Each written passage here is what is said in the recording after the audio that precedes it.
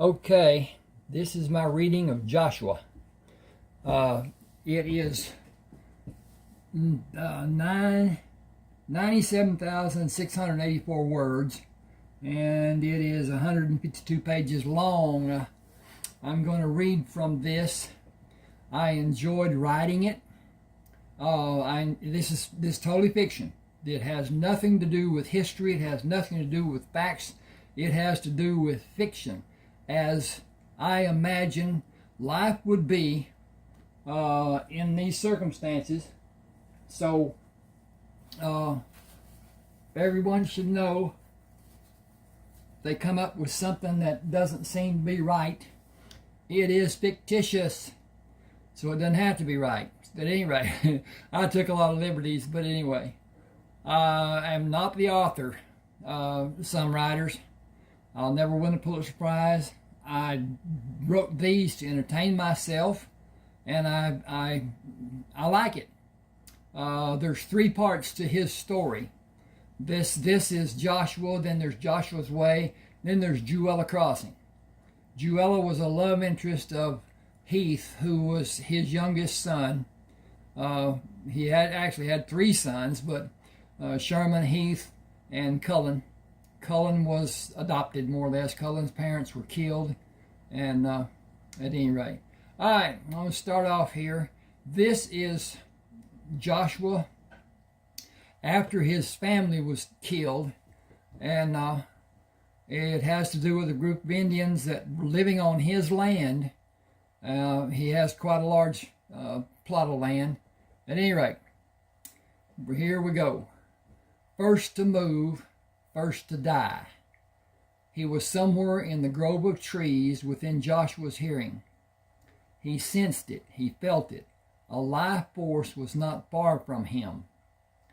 Another man came from me, intent on proving he is capable of killing his enemy, capable of feeding his family, capable of making a judgment to take control of a desperate situation and act violently to emerge victorious, capable of leading his people. I got to change, and down we go. No movement by either man had been detected for more than an hour. Joshua heard the man move his foot, directing his attention to the location of the man as Joshua caught the sound and raised his head slightly to see only the toes dig into the earth to begin a push toward a log to gain a more comfortable position and better cover. It was a fatal mistake.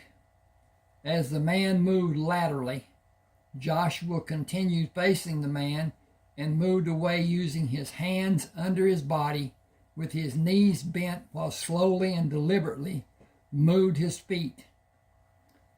Let's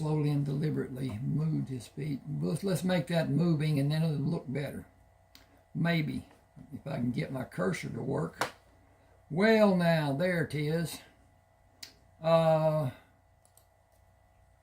Ding, ding, ing.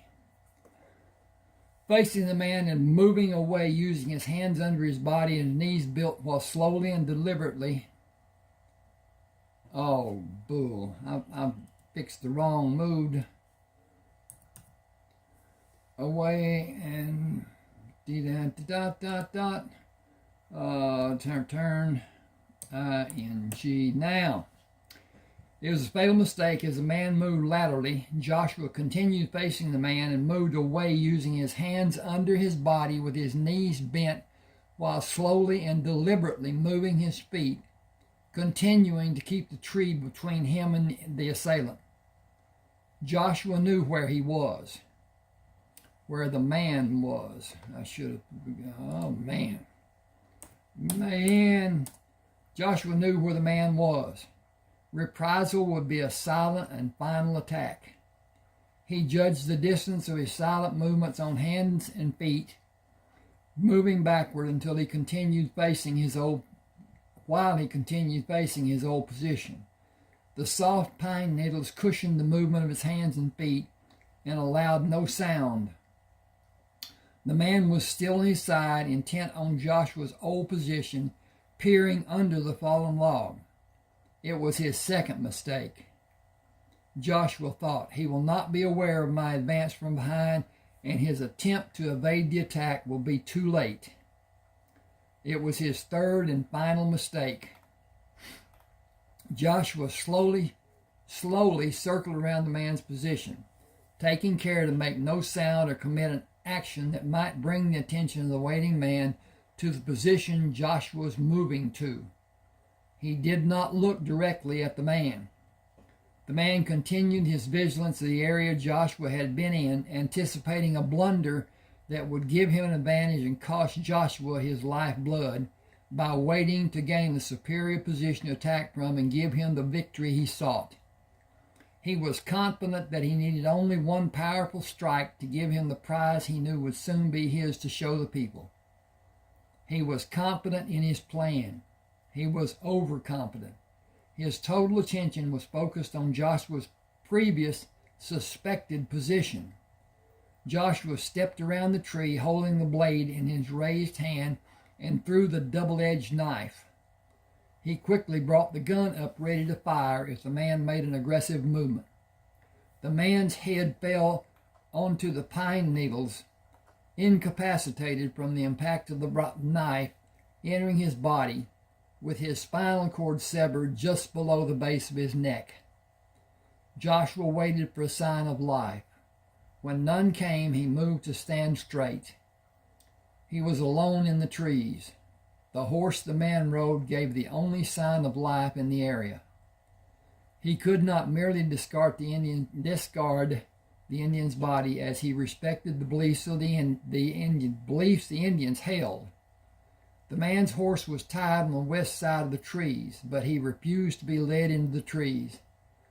Joshua mounted the horse and rode to the barn and turned the man's horse out in a small lot away from the other animals. Disease must be considered. Quarantine was essential until the animal proved to be healthy. Joshua saddled his Arabian stallion and rode to the body of the dead man. He tossed the limp body into the air and held it away from the stallion's back and slowly brought it down behind the saddle. He mounted and rode to the Indian camp a mile past the eastern edge of his property. The old shaman held his hand high as he came to the horse and pulled the lifeless body down, backed away from the horse, and allowed the body to drop to the packed earth. He motioned for Joshua to remain on his horse and spoke to the people standing away from Joshua. 4 well-bred mares were brought to Joshua with the belongings of the dead Indian tied to their backs. A young girl led another mare which exhibited exceptional bloodlines and her yearling filly. Both of them bred to Joshua's Arabian stallion would produce foals of great value. This scene has been played out 6 times before. The Indians were shocked when Joshua brought the first body to them. They argued and threw their hands into the air. An older man came and shouted at them, and the man's belongings were given to Joshua. He learned through a friend that the dead Indian was believed to be inferior since he was killed by an enemy, and the enemy was not harmed. The enemy was revered in some mystical manner, and tribute was paid in the form of the belongings of the defeated man. He took the horses and possessions to Hiram Littlehorn's house and spoke to him before he dismounted. I killed the 7th warrior who came from me. Will you speak to the Indians for me? Hiram smiled. That's good. It's over for you. 7 failed attempts would be considered a bad sign. The attempts have a total of more than 7. They will move away from here. I will not wait until one of them attempts to sneak up on me at some point when I'm distracted. They will leave today or I'll burn their camp tonight. My thinking is I should have done it after I killed those who killed Ma and Pa. Hiram said, I will make your words known to them. Good, I will take these horses and other things that belong to him to the house and meet you on the way there. Wait for me at the oak tree near the split in the road. Hiram sat on his horse, waiting. I got this to redo because it got waited when it should have been waiting. ING dit. You want me to tell them to leave today? And that should have had a question mark right there. Boy. Pick up your belongings and leave. Where do you want them to go? One can come back any time. I want them to be at least 2 days from my land. If one ever comes for me again, I will burn the camp as soon as I can go there. I will leave their dead bodies for the animals. Tell them what I will do. I will follow them after 2 days to know where they are. They started this, and they have allowed their young men to attempt to kill me after I killed all those men who were at my house when Ma and Pa were killed. It ends now, or I will end it tonight. I will not live in fear of more than one coming for me. It is left for them to decide. I will kill every person if I find them here after the sun no longer gives the warming light. Hiram signed to the old man and waited for the response. He said, they have lost many of their young men. They cannot defend against their enemies. They cannot go north and they cannot go south. They have enemies both north and south. Joshua said, they may have enemies they fear. The enemies are not standing here ready to send their souls to the happy hunting ground. I am. It ends before nightfall. They can go west today and continue in that direction during 2 more suns. Hiram used his hands to sign the words Joshua spoke. The old Indian called the people together and told them to ready their possessions to move. He turned back to Hiram and motioned for him and Joshua to leave. Joshua palmed his hands in a popping sliding motion and held them palms out in front of his face. It is done. The old Indian mumbled, done. Hiram said, when you get back from checking on the location of the Indians, let's go to Charleston and start to work on a boat fishing off the coast. It will not pay much, but if we stay out for a long time, it may pay us a little. I need a new pair of boots, and winter will be coming soon. Joshua smiled. How long are you thinking we will stay out? It will be more than 4 months before we will have bad weather. Excuse me a second. I need to check on my progress. See what, yep, looks good, looks good, looks good. I previously explained the cover of Joshua. The 2 flags, one is South Carolina on the left, one is Spain on the right. The ship is an indication of what you will be read about in most all of this story today, this reading. And it will be explained as I go along. It's what could have happened. It's what may have happened. But anyway, it's my imagination. It is fiction. It is not factual. It is not something somebody could compare to anything. So here we go. Joshua smiled. How long are you thinking we'll stay out? It will be more than 4 months before we have bad weather. Hiram said, the weather on the ocean, is it the same as the weather on land? Joshua said, I'm guessing, but air movements are less over the ocean than on land, I think. Land gathers heat and disperses it. Water is slower in heat transfer. When we're out on the ocean, we will need different clothes than we're wearing now, or we will be wet all the time. We will need rain gear to protect us from the water splashing and being blown by the wind in the form of water spray. Without waiting for an answer, Joshua asked, oops, I need to put up here. I didn't show it, but anyway, Hiram said, do that there, do that there, do that here, and we should be in good shape. Hiram said, when we're out in the ocean, we will need different clothes than we're wearing now, or we will be wet all the time. We will need rain gear to protect us from the water splashing and being blown by the wind in the form of water spray. Without waiting for an answer, Joshua asked, have you already, I'm going to Without waiting to answer,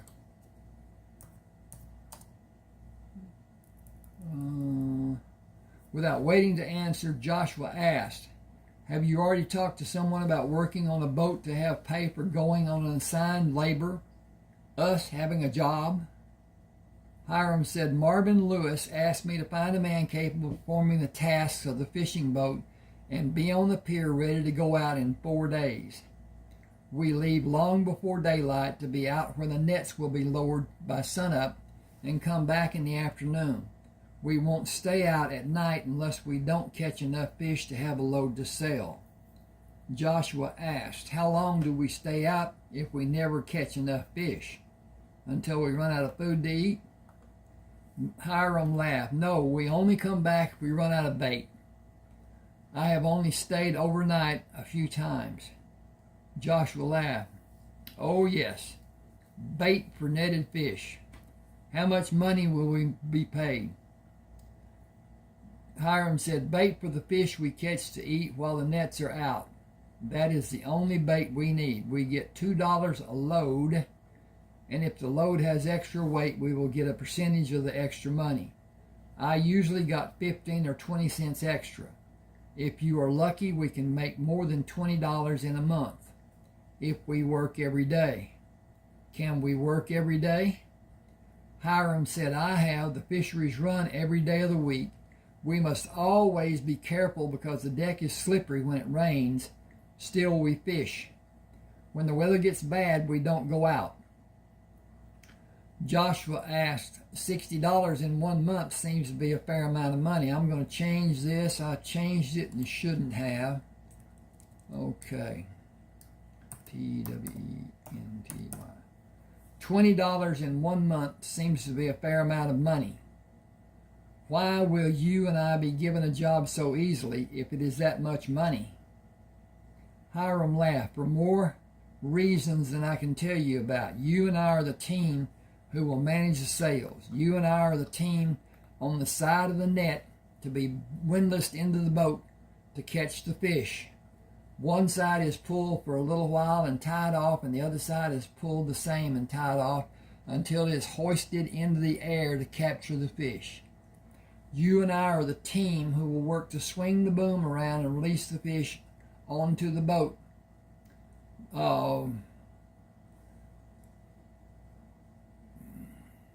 I got to change this. Fish into the 2 holes and onto the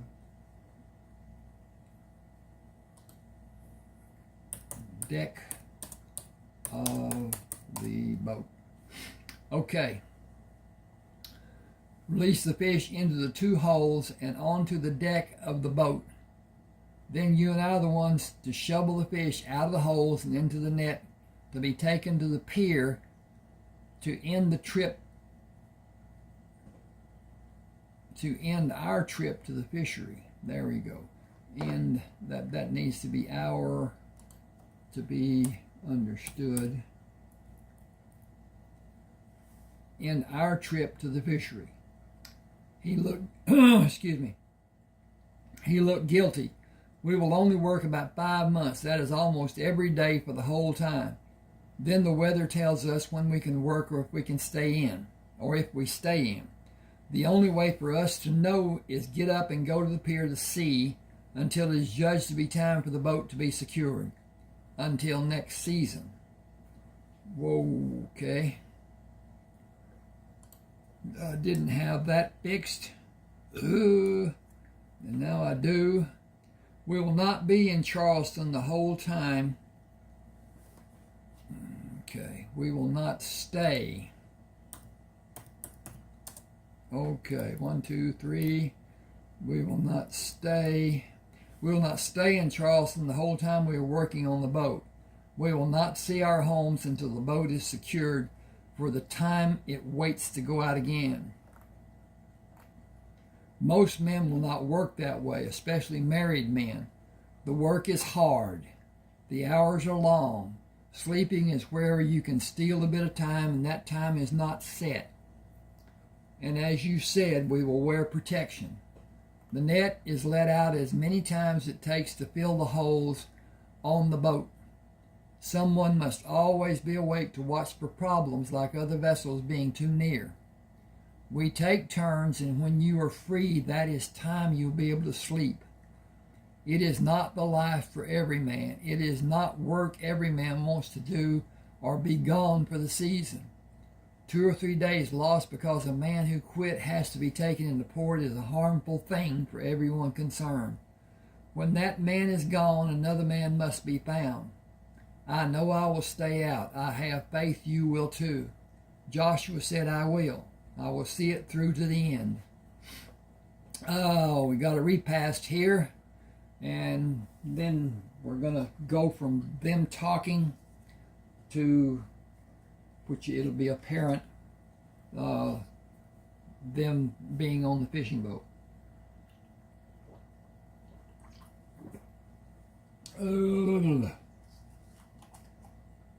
Oh, just drinking the drink, getting a break.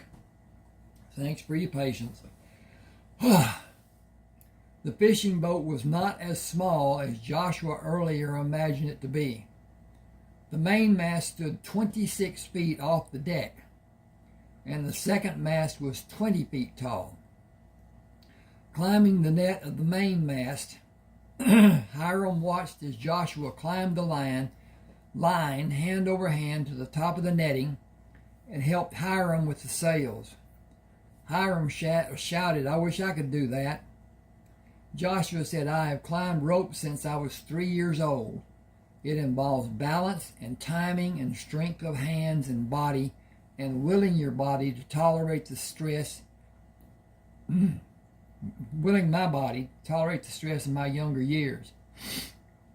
Hiram said, it's about using strength I did not develop and do not have. Marvin yelled, Joshua, untie the sails so the boat can move away from the pier. Hiram, tie the sails and set them in position. Show Joshua how to do it and come down. We can talk about it after you're done. Hurry.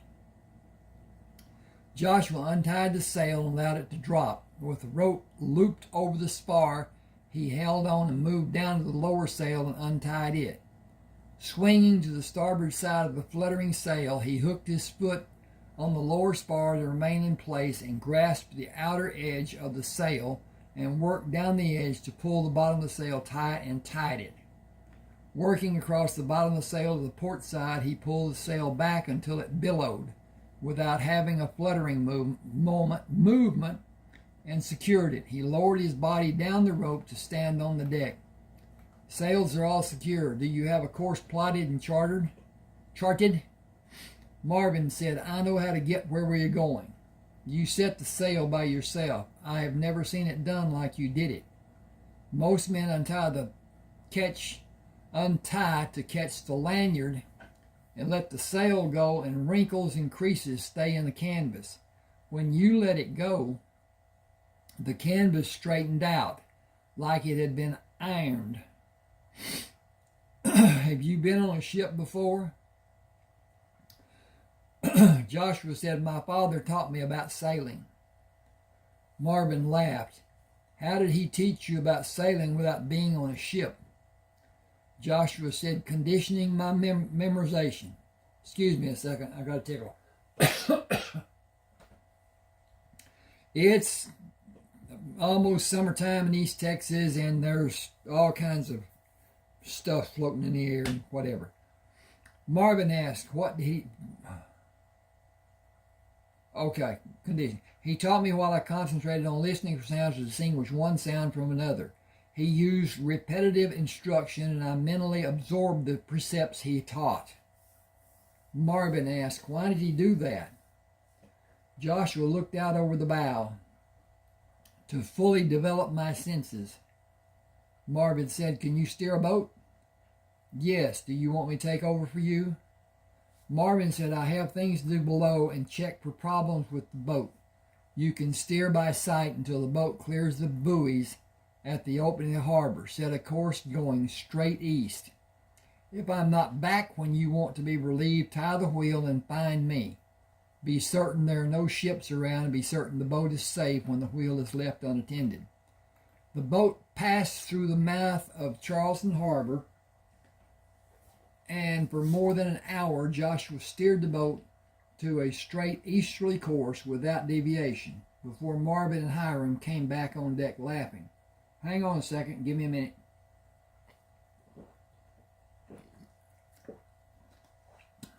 Washing down the tickle. Hiram took control of the wheel. Dead east heading. Marvin went aft to check that the net was hanging correctly. Joshua asked, "How are the fish located?" Hiram said, "We go out for about 2 hours and drop the net. When the line stretched tight and dropped lower in the water, we pull in the net." "Is that the best way to find fish?" "Fish swim in schools for protection. They like to stay in colder water. The bigger fish like warm, shallow water. The bigger fish only go out of the shallow water to feed. The fish being targeted swim faster in the conditions of the deeper, colder water. I wonder if you could catch more than a few fish if you drop the net here." Marvin asked, "How's that?" Hiram said, We were just discussing where fish like to be in cold water or warm." Hang on a second.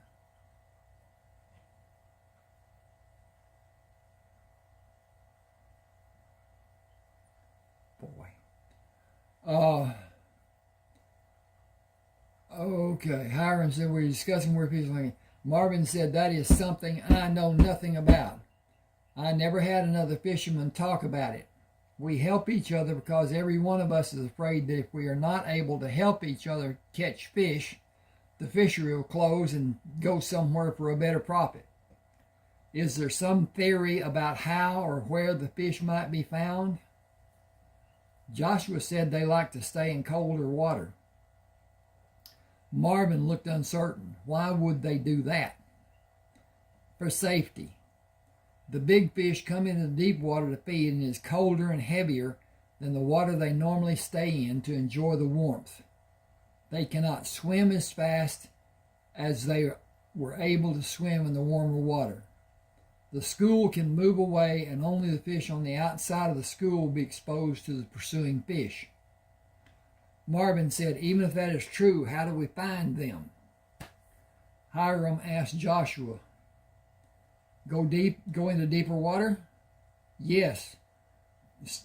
Chart a course to deeper water, drop all the sails except the bottom sheet, and perhaps put the spinnaker on the bow back up after the net is let go. Keep the net deep by using less speed.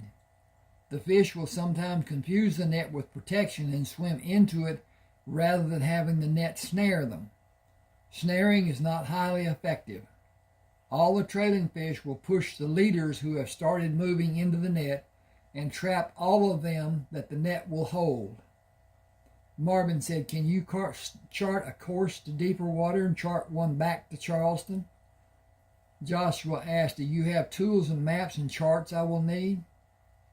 Marvin said, "I think all of that is in the bottom of the boardroom in the cabin. I don't know how to use any of it." Hiram asked, "The cabin where we sleep?" Marvin answered, "Yes." Hiram asked, "Will you please come with me?" Joshua swung his arm out in front of his body. "Lead on, please." The sextant box, compass, maps, and charts were jumbled in the drawer on the bottom of the wardrobe. Joshua took them out and spread them across the closest bunk.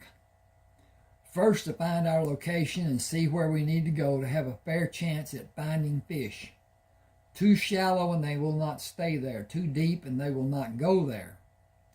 Joshua lined up on the horizon and adjusted the index arm on the graduated arc and calculated the position of the boat. He went down to the stateroom and found the needed map, calculated where to start the first run, and went back to Hiram at the wheel. "Follow the coordinates I have positioned on the map by directing by direction using the compass. I will continue taking readings and direct the boat. I believe it will give us the best chance to catch fish today. Joshua hand climbed the rope to the topsail and untied it. Hiram joined him and they hauled it up to secure it to the spar. Joshua dropped down on the deck to lower the aft spinnaker sail and secured it. He met Hiram and began the process of dropping the net until it was laid out behind the boat. Hiram said, "Time to sleep if you can. It will be hours before the boat reaches the last coordinate on the chart." Joshua said, "That may be, but the net has started to drag lower in the water than it was a few minutes ago. That is a sign that it is gaining more weight. It is starting to become full of fish." Hiram said, "It's only been a few minutes. It will take hours to fill the net with fish." Joshua went to Marvin. "Look at the net to see what we need to do. I will steer." Marvin yelled when he could see the net, "Joshua, tie off the wheel. We will bring the net in." 2 hours later, they turned the boat for Charleston with the holes. Turn the boat. Okay. Into Charleston Bay. Is that with a 2 hours later, they turned the boat into Charleston Bay with the holes brimming with fish and the deck covered with fish. Slowly moving along the pier, the boat ran out mooring lines to tie the boat to the pier and unloaded the fish, first from the deck, then the holding tanks. 2 hours after docking, Hiram and Joshua climbed out of the forward holding tank. Hiram said, "That was a good day's work.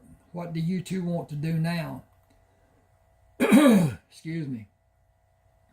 Hiram said, "Get a bath and eat." Hiram said, "And after you eat?" Hiram asked, "Do you have something in mind?" "We could go back out. There will be a full moon. If we can do what we just did again, we could be back here before 1 in the morning and be ready to go back before sunrise." Joshua said, "I will do as you two want to do. I napped on the way coming into port. I am ready for anything. We should go farther south than we did today." I think that's wrong. That should be north. Oh, yes. Okay. Ding, ding, ding, ding, ding.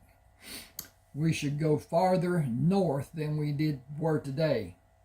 I can tolerate working with just a few hours sleep. I will take the wheel going out and let you sleep a few hours.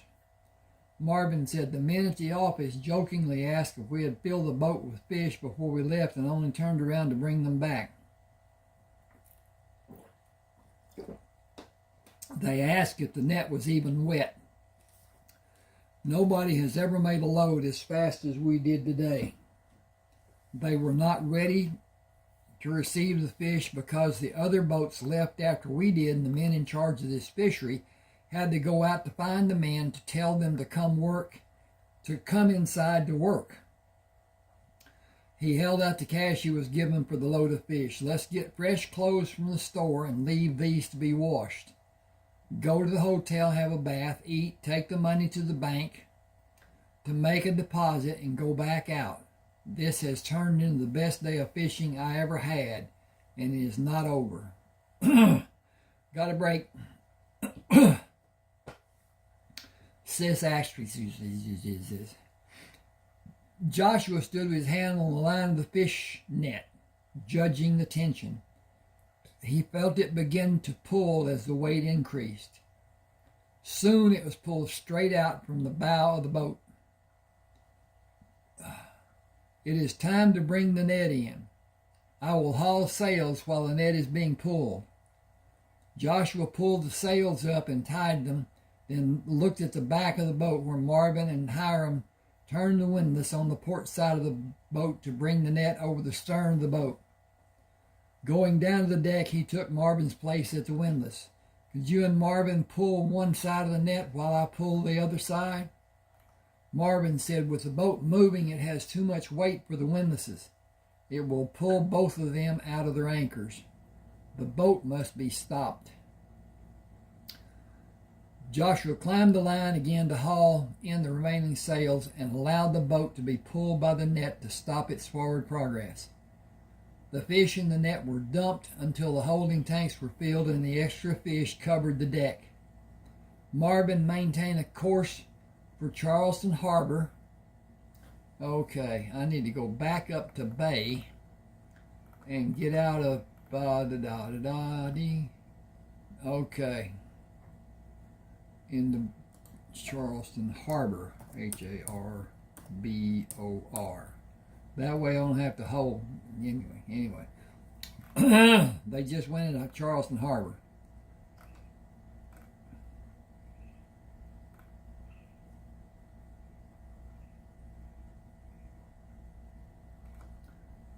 Okay, there. Marvin maintained a course for Charleston Harbor while Hiram and Joshua pulled buckets of water from the ocean to throw water over the fish on the deck. Back at the pier in Charleston Harbor, sunlight began to be visible in the horizon when the last of the fish were winched from the boat and dropped into the wagon, which dumped the catch into the chute of the fishery. Hiram asked, "Will we do it again?" Marvin said, "It's too early to buy extra clothes. I don't want to have a bath and put these clothes back on. Let's just get coffee and something to eat and take it with us. I will leave the money at the front desk of the hotel for the manager to put in the safe." Sailing along in the deep water, Joshua moved down to the deck after he hauled the top sail. He used his hand to measure the distance from the horizon to the sun and calculated the time. Nearing 9 o'clock, if the fish cooperate, we may be back in port in time to buy new clothes and have a bath. Marvin says, "This cannot hold for us. We are taking more fish than we ever have. It has to taper off. We have been lucky to have the amount we have had. It is simply too good to continue." Joshua said, "The fish in the ocean are without numbers. Fish in different locations, and the supply is endless for one boat. No other boat is operating as we are. I doubt if any of them are charting. They are just doing random fishing and hoping. We are using the maps to find shallower water and abundant fish. The area we have fished before will still have fish, as the fish will move to the open space in the area when we have taken fish from it." Stop. Put the stop from the area. Did I get area? Oh, no, I didn't. Area. "We will not continue in this location, but move to another and come back here in a few weeks to allow the fish to also come here. I will haul the sails. The net is full and ready to be pulled aboard." After Joshua climbed to haul the mainsail, Marvin stood upright. "There is a ship coming at us. It will hit the boat." Joshua looked up in time to grab the net and braced for the impact of the ship colliding with the boat. It hit forward to the middle of the boat and pushed the boat to the starboard side and continued pushing as the side of the ship slipped down the side of the boat. Men on rope ladders stood on the side of the ship ready to jump into the boat. As one man hurled his body at Joshua, he was caught by his waist and thrown over the rear deck of the boat and slipped into the water. A second man attempted to hit Joshua with a club as he lurched toward Joshua on the slippery deck. Joshua parried the arm away from him high into the air and struck the man in his chest and quickly turned to face two other men. One threw a wild blow at Joshua, interfering with the advance of the second man. Joshua went under the blow and threw his shoulder in the man's abdominal area and crashed him into the second man, sending both of them against the side of the passing ship before they fell onto the deck of the boat. 3 men moved against Joshua's back, grabbing his arms. Joshua drew his arm away from one man and smashed his elbow into the man's face. He turned and was hit on the side of his head with a short windlass handle. Almost dropping, he shook his head and attempted to stand upright. 2 men grabbed his arms and jerked him forward. Just a second. 2 men on each side. 2 men on each side.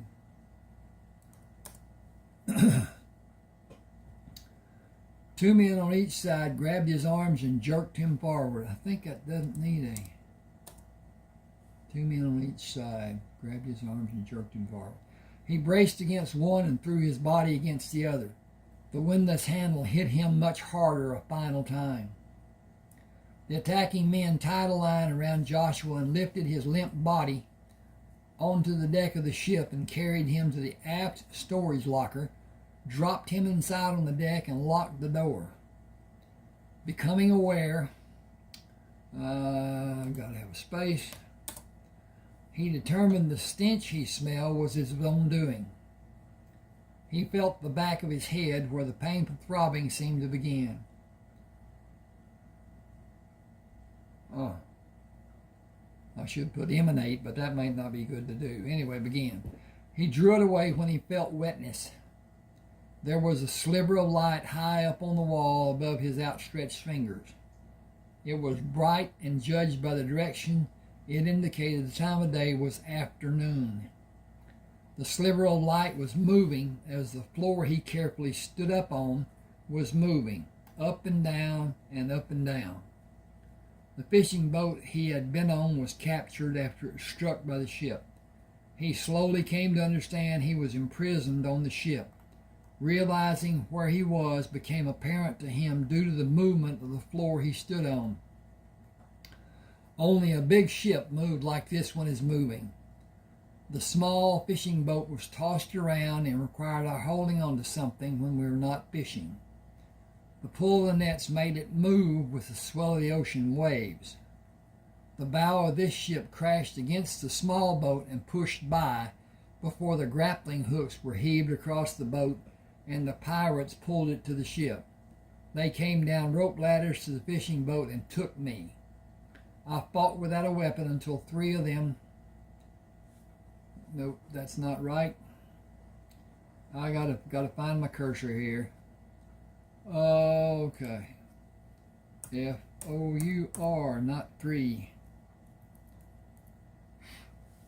Until 4 of them held me and another struck me from behind. Not once, but twice. I saw them kill defenseless men for no reason. They killed Hiram. They killed Marvin. They brought me here. They wrecked 3 lives for some reason I cannot begin to fathom, except to wonder what would happen from my being brought here. What possible purpose could they have? Okay, I need to do this. Hang with me just a second.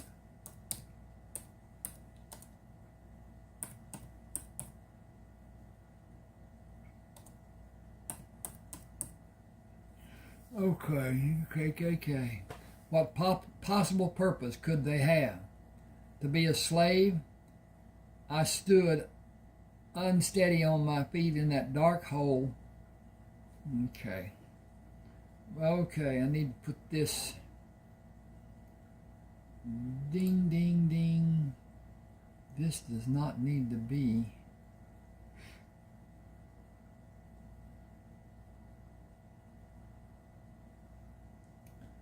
It's okay. I stood unsteady on my feet in a dark hole, bewildered and without reason. The shadows of scenes in my mind passed before I was able to recognize what they meant. The attack was so sudden I had no time to put together the images I saw. There was nothing in the room except that thin sliver of moving light high up on the wall. No weapon to defend myself. No water to drink and quench the dryness in my mouth and throat or wash the caked blood from the back of my head. no reason for my being there. No reason for my being here. Back that up. Was it some macabre experiment? They killed two good, honest, innocent men. Why did it take me and throw me into this hole? Was it to be some spectacle for their demented pleasure? I stopped and wondered how long I had been here. I had no means to use to deduce the answer. I needed to wait for the chance to escape. It did not come that day or that night. Nothing came. I need to check again. We got to pause here. These six asterisks. And we are okay. Not too bad. This will be long. And people have asked for it to be longer. I was making videos of less time, 30, 45 minutes or whatever.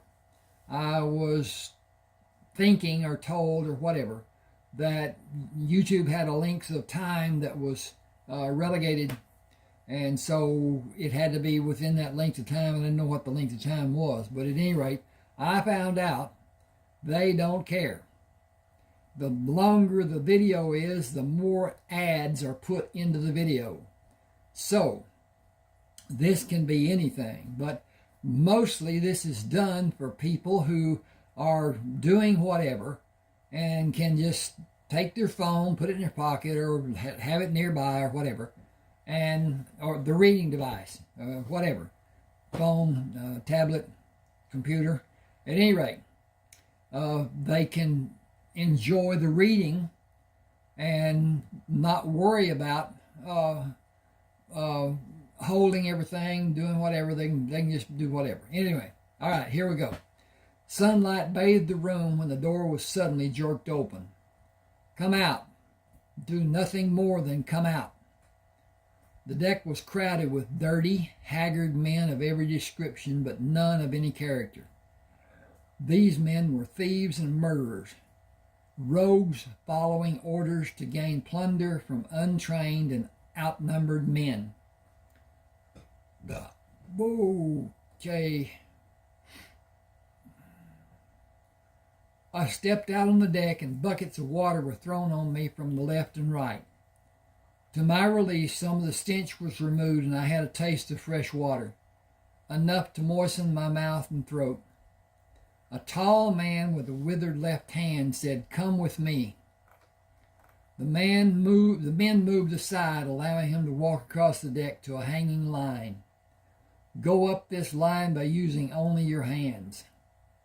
I took the rope in my left hand and pulled my body off the deck.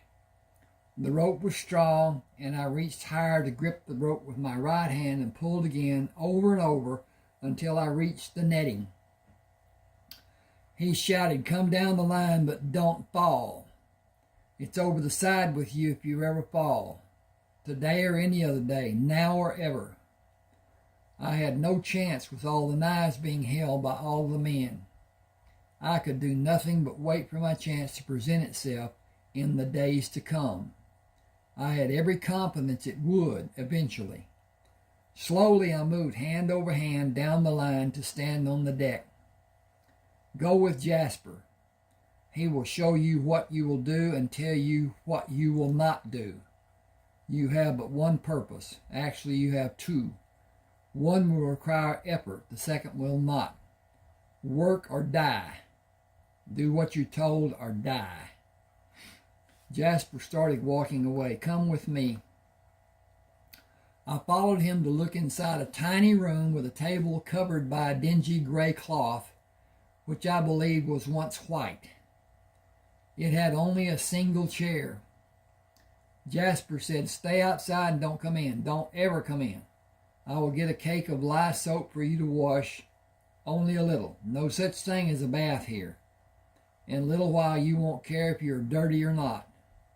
There is so much that is dirty on this ship, dirty and cruel, men and life both, in this hellhole." He went to the forecastle which is actually, we call it, in the terms of the mariners and sailors and whatever, it's a forecastle. But it is spelled forecastle because there's a forecastle and aft castle. And the aft castle on a ship is the opposite of the bow, rear end. Oh, anyway, it's the aft deck. He handed me a half-filled small bucket. This is your water for this afternoon. Drink a bit and use the rest to wash. You get 3 like this every day. I will give you your ration. If you ever take more without me giving it to you, you will be thrown over the side. That is the answer for almost every problem. Death is always near for all of us. He looked at me as if he tried to see the measure of my being. The ship is named the Sterling. You are here for the show you put on and to work as you will do. You will get no kindness shown to you. Don't talk and you will get a hand across your face. Say too much and it's over the side with you. Even as big as you are no concern for anybody on this blasted ship. You will have as little caring for them as they would give a bug. You'll have as little caring from them as they would give a bug. You was seen going up the line on your boat and it couldn't be believed when you did it. It was thought to be in some way a trick. Wagers was made and you paid off for some. Oh, okay. Hang on a second. I got to get this climbing, climbing the line. You paid off for some climbing the line. That leaves you hated by the losers. The line on the boat was short. Wagers were made. I'm going to change that because he would say was, not were. Wagers was made that you couldn't climb as high as you just did unless you fell. A few more winners and many more losers. That gives you no friends and no more men to hate you. And more men. That gives you no friends and more men to hate you. These are not men you want to know. Don't ever call one by his name. It does not matter that you might save his life. Remain silent. They have no caring for your life, and you will be judged as weak if you act differently than they act. Don't think to have any comfort. You will sleep anywhere you may find to your liking, but be sure if you find some place to have even a small bit of comfort, someone will take it from you. Don't let that be a problem, or you may both have a short swim. Keep to yourself and do the work I tell you to do. Stay out of everyone's way. Don't do anything to disturb the normal day. Okay, he's talking about you are taller than any man aboard the Sterling and bigger. Watch for their knives. You stand little chance of anyone attacking you, as Captain Chilton has not made up his mind what to do with you. That will come later. There are only 2 people you need to answer to, Captain Chilton and me. As long as you do what I tell you, you will only need to answer to Captain Chilton. He is a hard, cruel man, but you entertained him. That gives you value. Don't do it without him telling you to do it ever again. Don't do anything other than what I tell you to do or he tells you to do, and remember that no one other than him or me can tell you what to do.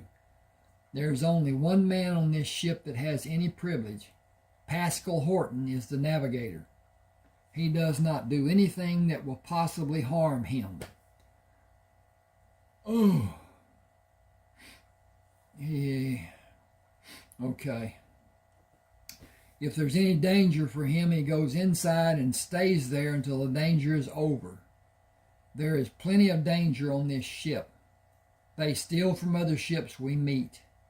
There is nothing more I can tell you. This rabble is a bunch of thieves.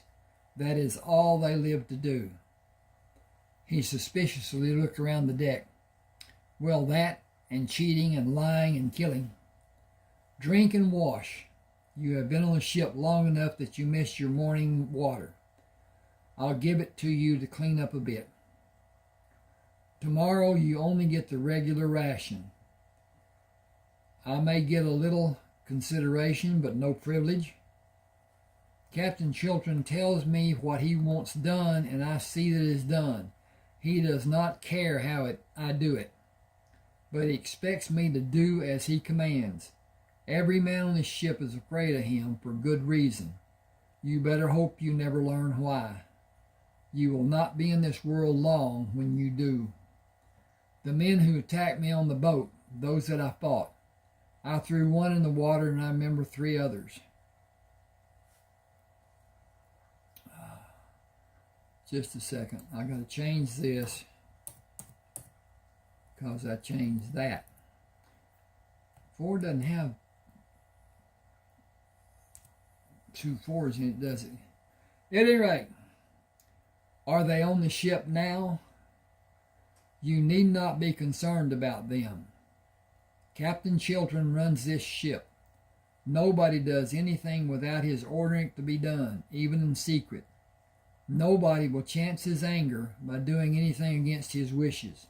These men will not even look at you to threaten you.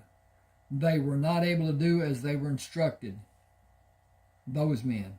That failure is a mark against them. The man you threw in the water is not aboard. He was left in the water, not to show any respect for you, but as a warning to all the others.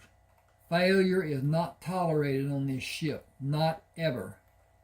He suddenly turned to look at Captain Chiltern climbing the ladder of the deck. Get him new clothes. He walked around me while I stood exactly as I was when he came to me. Without speaking, Captain Chiltern went down to the main deck. Jasper said, "You are a lucky man." "How did you determine that to be a fact?" "He took notice of you." I said, "I do not understand your meaning." "He looked at you for some reason. He does not ever measure a man, and he just did you. He has some interest in you. Stay with me for the time being. Where I go, you go. It is what he wants. You will not disappoint him, will you?" "It seems I have no choice, or do I?" Jasper said, "Only 2 choices open for you. Stay on this ship and do as you're told, or jump over the side. Both are simple choices. Doing either one will end in an unknown way. Unknown but predictable. Be useful or jump over the side. I have no caring about learning what my reward will be if you do. I will have no favor, and I can never stop you, considering the size I am and the size you are. Period." Don't have a period. Gotta have a period. "You get new clothes, so you get a full bucket of water. Strip and give me your clothes. I'll fill the bucket. Stand over there at the rail. Sit in the chair after I leave. Wash after you are relieved. Stand at the rail again to dry off. Stay at the rail until I bring clothes. Don't do anything until you're wearing new clothes. You have privilege. Be careful." I stood as Jasper instructed when he returned.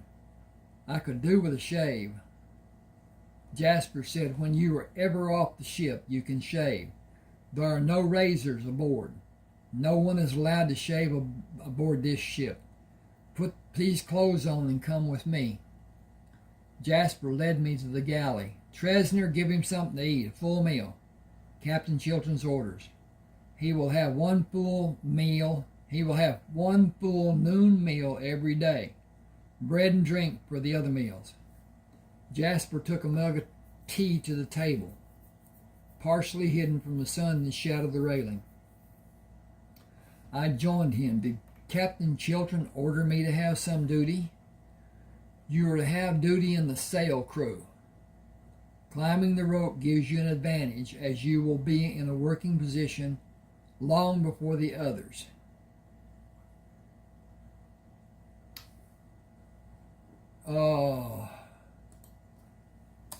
climb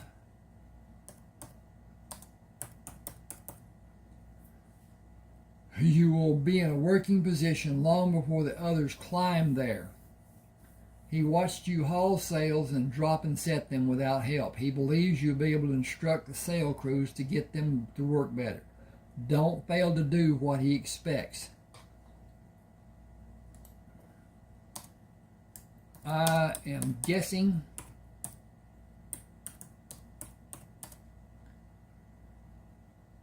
about what I just said to you.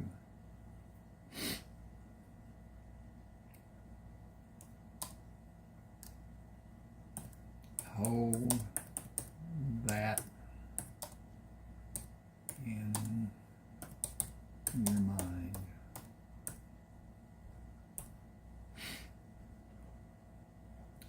Jasper drank and set the mug on the table. You will have the lives of the men of the sail crews in your hands. Leaving a man out of the crew because he can't keep up or be instructed properly will be fatal for him. Teach each one as much as you may be able to do. Lives depend on you being successful. Success will keep you alive. Failure will have the reward of a short swim. You are to have a cabin near Captain Chiltern's cabin. Serve this ship the best ways you are able, and you will have privilege no other man has, even me. I ate the meal and considered the possibilities open to me. If I could gain the trust of Captain Chiltern, my escape might be possible. I wondered if he ever trusted anyone. I finished the meal. Is it possible for me to climb just to exercise and try to stop this pounding in my head? You have the freedom to do anything you like as long as it has to do with the sail crews. Will you stand on deck and relay my words to Captain Chiltern? I can do that, but it's not needed. You can speak to him about the sails and the sail crews. Ask to speak before you do. I said I need to work off the meal I just had before I climb. Jasper said, just keep it in the back of your mind that Captain Chiltern knows what you are doing and why you are doing it. Escape is not possible for any of us. The thieves are the only men allowed to go ashore. If they don't come back, it is because they are either dead or arrested, and they will soon be dead. Others will come to take their place. More men that will be needed will come. The men moved away from me when I walked across the deck, took the rope I climbed earlier and went hand over hand to the net and continued climbing the net to straddle the top spar with one foot through the netting. Surveying the horizons in a complete circle, I looked toward the west and home. Will I ever see Charleston again? After a few minutes, I moved down the rope to the deck. Still holding the rope, I asked, may I speak? Yes. Is this ship supposed to be moving at full speed? Captain Chiltern said, yes. I asked, may I please have the sail crews aloft? Captain Chiltern asked, do you want the top sail crews or all the different sail crews? I said, if we are to practice for battle, all sail crews will be needed. They will need to practice for speed of sailing and speed of hauling and dropping and setting and adjusting to resetting. They must learn to quickly manage the sails under every circumstance. May I also instruct the helm in managing their position in battle situations? Captain Chiltern said, do as you will. Take care about your actions. I said, everyone will need to be instructed. Captain Chiltern asked in amazement, everyone? Everyone. The sail crews bring the ship to the target. The helm crews make the proper maneuver and tell the sail crews when to haul and when to drop and how much speed is or is not needed. The gunnery crews make the best possible shots at the best possible time. Everyone in every action will be coordinated for continued success. Captain Chiltern looked long at me. He was not sure what I said about taking charge of the ship. A man standing several men away from me said, "We've done all right without you."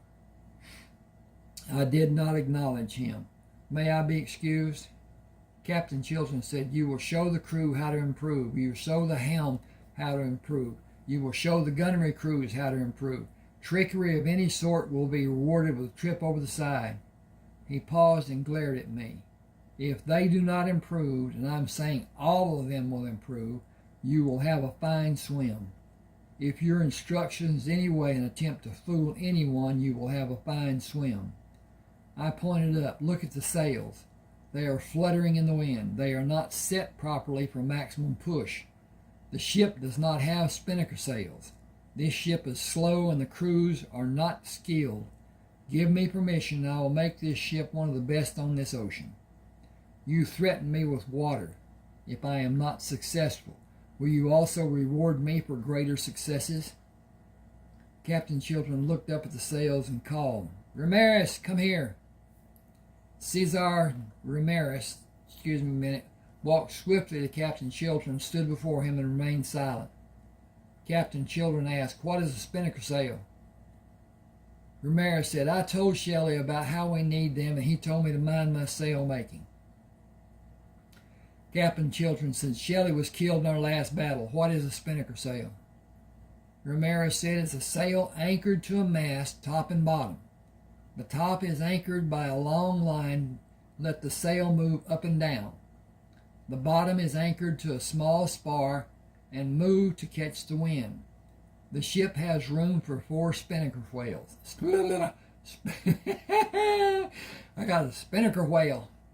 "The ship has room for 4 spinnaker sails, 2 large ones and 2 small ones. This man is right in all he said, if I may say so. It will help the ship increase in speed if it is managed right." I said, "It is triangularly shaped. The top of the hypotenuse is anchored at the top of the vertical mast by the use of an iron slip ring. More iron slip rings hold the side opposite the hypotenuse to the stationary mast, and the side adjacent runs from the extended end of the spar to the mast and is held in place by a rope. The sail is set by using the rope. The sail is stored by lowering it and gathering it to tie to the bottom spar. The sail spar can be moved to catch the full effect of the wind from every direction. Iron rings are best." Excuse me. I need a drink, I think. Got a tickle.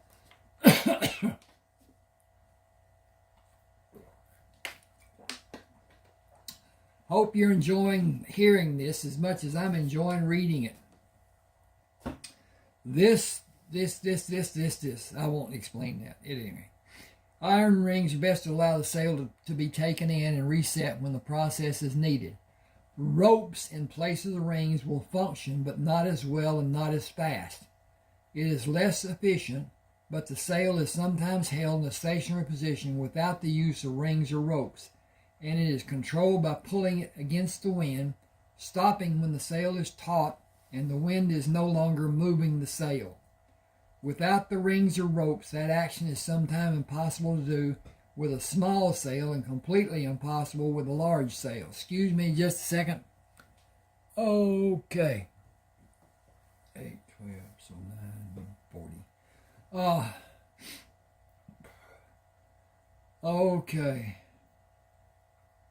Okay. I asked Ramirez, "How much speed will the sails add to the ship?" Ramirez looked at the captain for permission to speak. Captain Chilton bellowed, "Tell me." Ramirez said, "Each small sail will give maybe half a knot more speed. The 2 larger sails will give a knot or more." Captain Chilton said, "A knot and a half will give the ship a greater advantage. Begin putting them in place today." I said he was not telling you it add a knot and a half. Depending on the size of the sails, each small sail will give a half knot or more, and the larger sails will each give a knot or more. It will be determined by the height and length, which equals added speed, proportionately. The bigger the sail, the more speed they will add. Captain Children asked, 4 sails will give the ship an extra 3 or more knots? I said more than 3 knots, and managed correctly, the spinnakers will give faster turning of the ship. The crews must be trained to act together according to how they are ordered and follow orders exactly. If they do not work together and follow orders precisely, all the training is for nothing. The training will be new to the men. Correct action will require many days of training for each man to understand the different means needed at certain occurrences. Captain Chilton said, you will be in charge of training and of the orders given. Your orders will be followed exactly, or one not following will never draw another breath.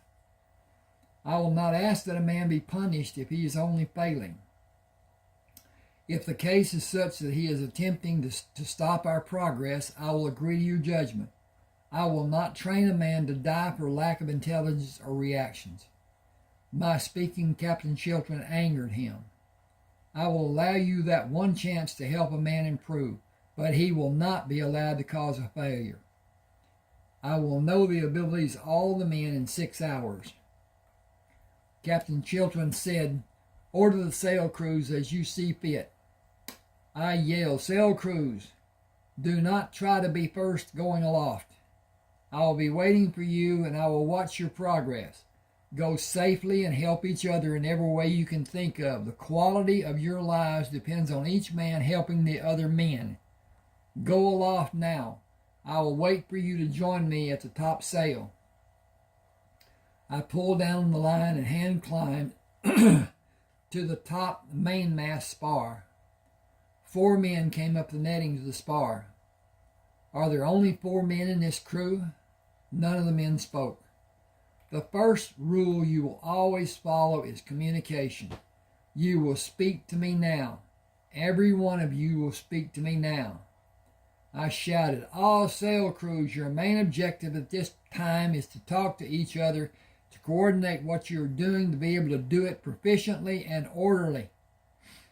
Jack Barnes said, we don't know what them words mean.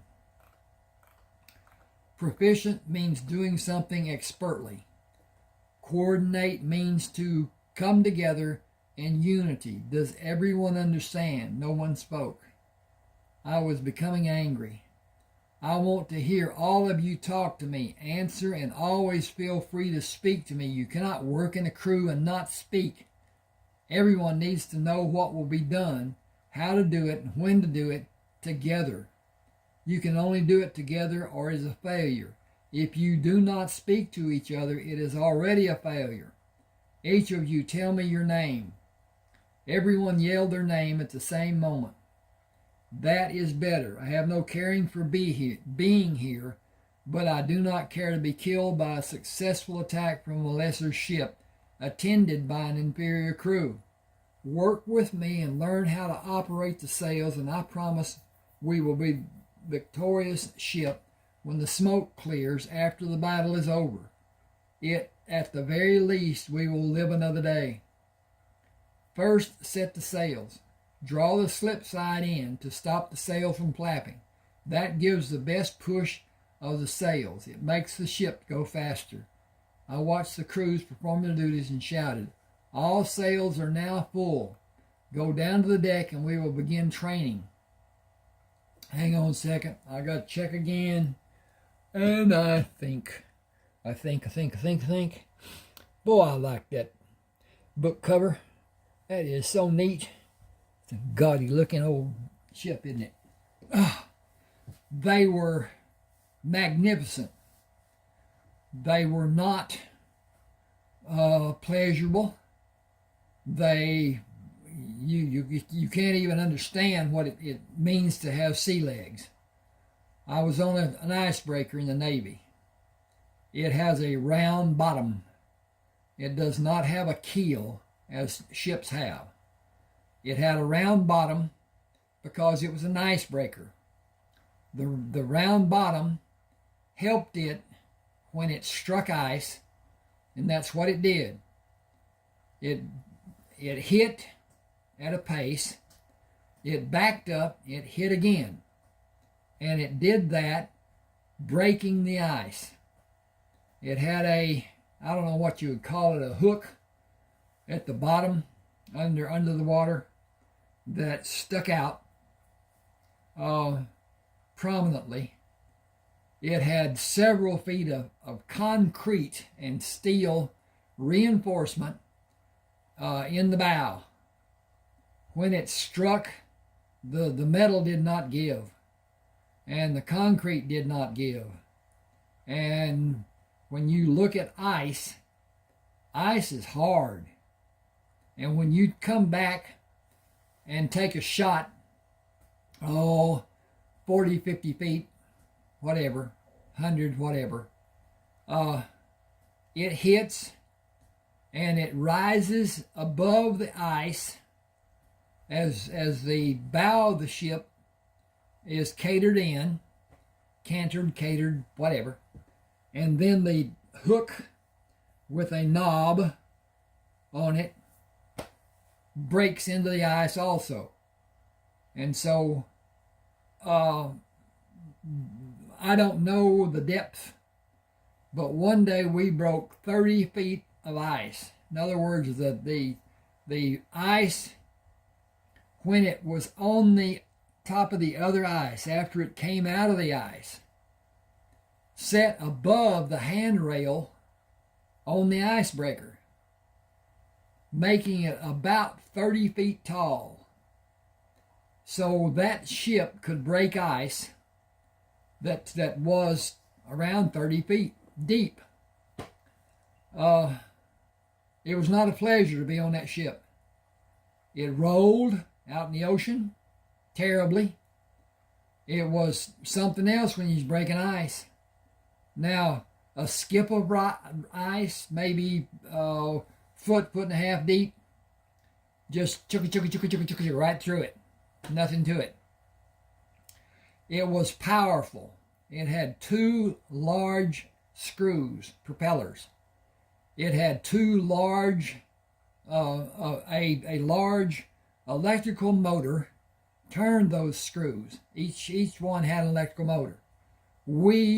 I was in the engine room. Didn't want to be. That's where I was.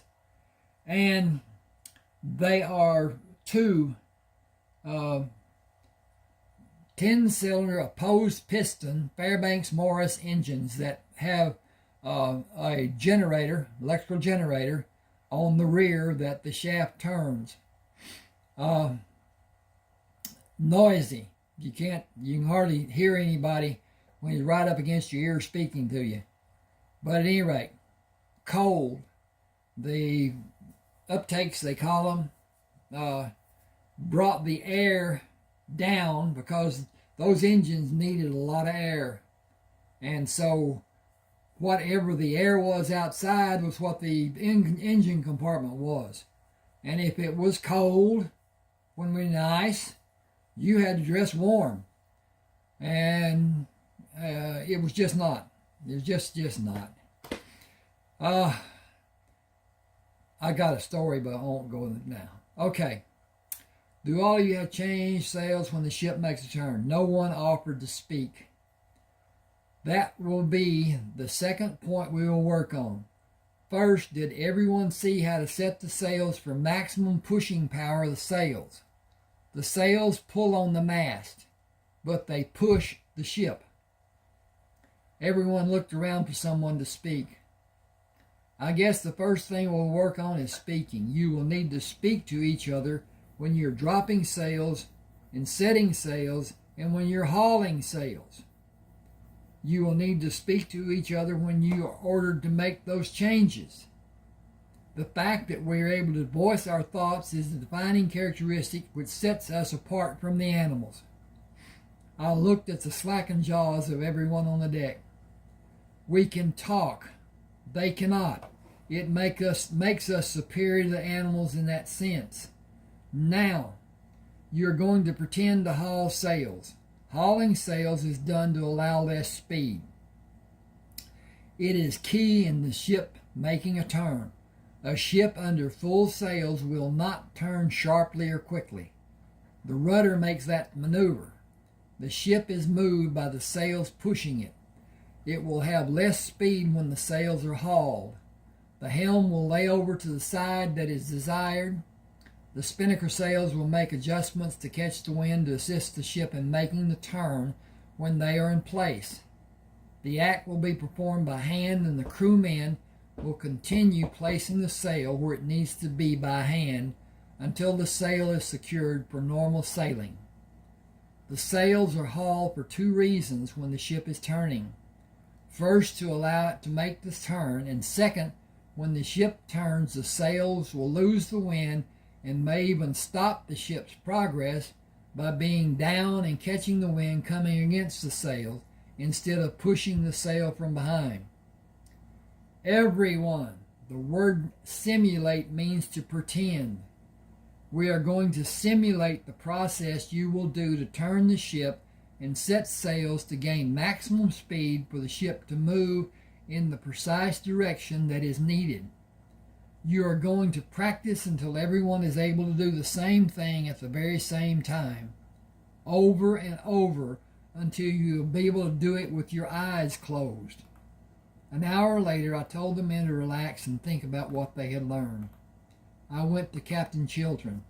May I supervise the construction of needed masts and spars for the spinnaker sails and have Ramirez make the proper size sails?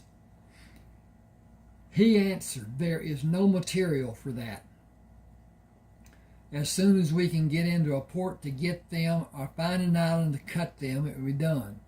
Until that time, you will operate with what you have. I said, what I have is a crew that is smaller than what is needed. 6 men should be on each of the sails. 4 cannot haul and tie or drop and tie and set as well as 6 men can. Captain Chiltern again showed his anger.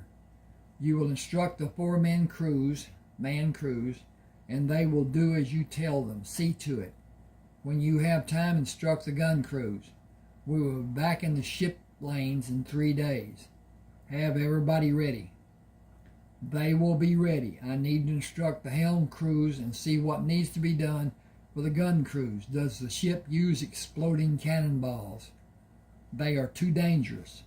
They are perfectly safe if the fuse is placed in the cannon correctly and the cannon is fired correctly. Captain Chiltern said it's too dangerous. That is final. I will stand next to the cannon and fire it myself if I can roll the cannonball in with the fuse cut to the proper length and have the ball placed as it needs to be properly ignited. So many have blown out the deck. They were on the deck above, and many men have died from those explosions. All due to lack of knowledge and expertise. I can do it properly, and I can teach other men how to do it. It is not something I have seen done without accident and injuries. Do as you will. I instructed the sail crews and helm crews and gun crews and supervised their individual practices through the day, and occasionally I spent time with the lookouts. I was certain the different crews of the ships were as prepared as they could be. They had a practiced knowledge and would help their efforts until they gained a solid working knowledge. I asked Captain Chiltern, do you have maps of the Atlantic? Captain Chiltern was surprised by my question. Why do you need maps? To find trees to make the masts. To find trees to make the masts and the spars for the spinnaker sails. Captain Chiltern stared at me until I believed he would not answer. I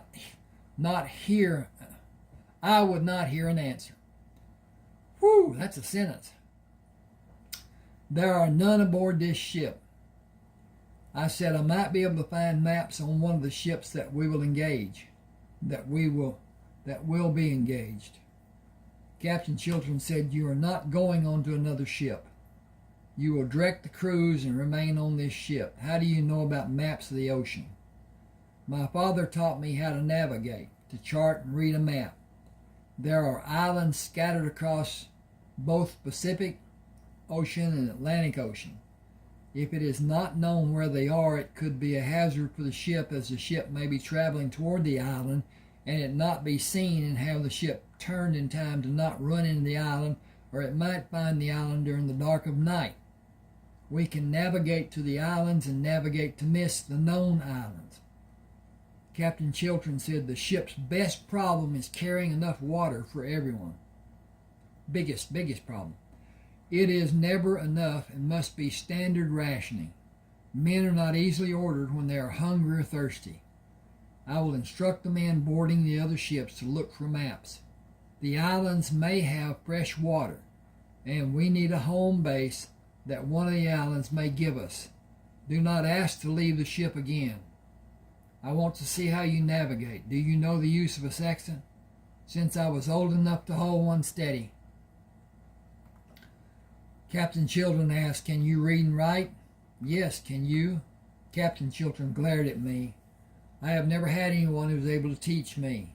You are the only man on this ship that can read. Do you have books aboard to allow a man to read? Until now, no one aboard this ship could read. There has never been a need for books. Maybe the men can find books on the other ships also. Coldly, Captain Chiltern said, you will not teach another man other than me to read. Not another living soul if you value your life. I have no desire to try with anyone other than you. I saw that same cold stare. You will show me how the sextant is used and how to read maps and chart a course. It will be a relief to have you navigating and free me from other duties. I welcome the coming of that day. I have duties to see to, if you excuse me. Captain Chiltern merely flipped his hand ever so slightly. I moved across the deck, climbed the ladder of the bridge, and returned the salute of the four men. Your duty is to at all times manage the helm. I do not require a salute when I come upon the bridge. A salute will be required when Captain Chiltern comes up, but not anyone other than him. Should you have a problem about not saluting, have that person come to me. You will not be disciplined by anyone other than Captain Chiltern or myself.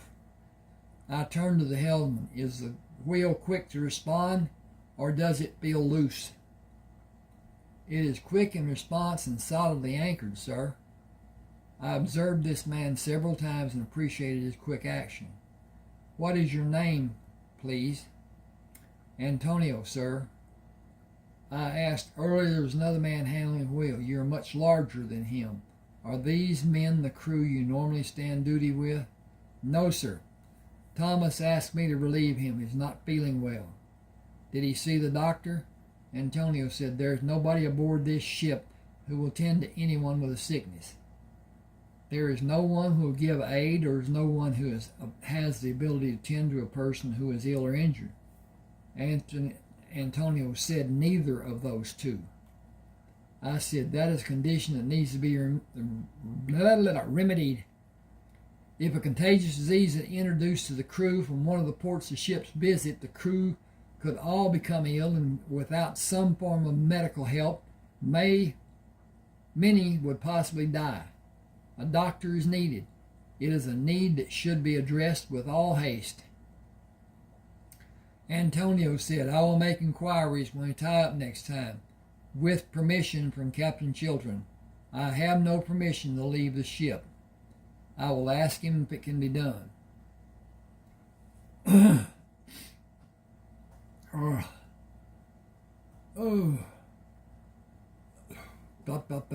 Okay, I got a break here, and so.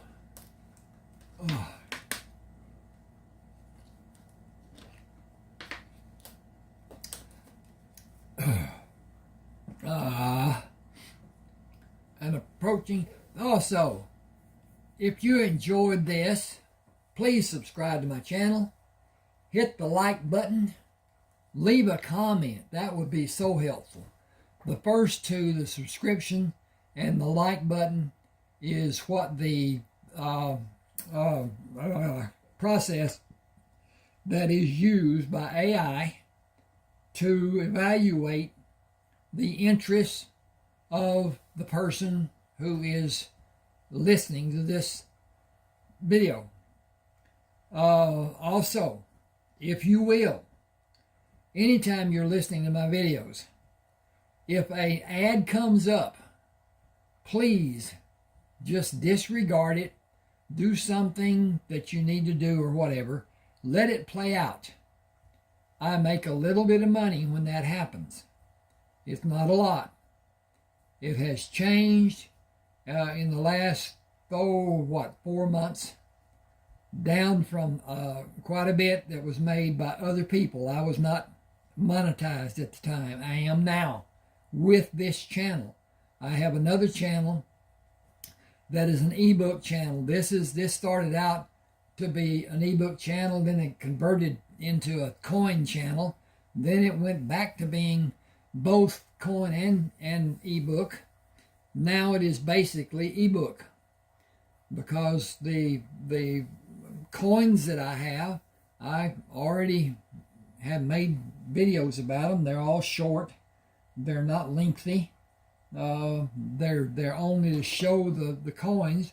There's been I give a little bit of expertise, which I have a little of, and but at any rate, that helps. Now then, I understand there's a video or an ad at the starting the video. Click it, skip it. That's good. That takes so much away. And if I were YouTube, I would let a little bit of attention be focused on what's being done rather than focused on an ad that I care nothing about. And there are ads that I do, but very few. And like you, hit that skip button and continue on. Even the games, okay,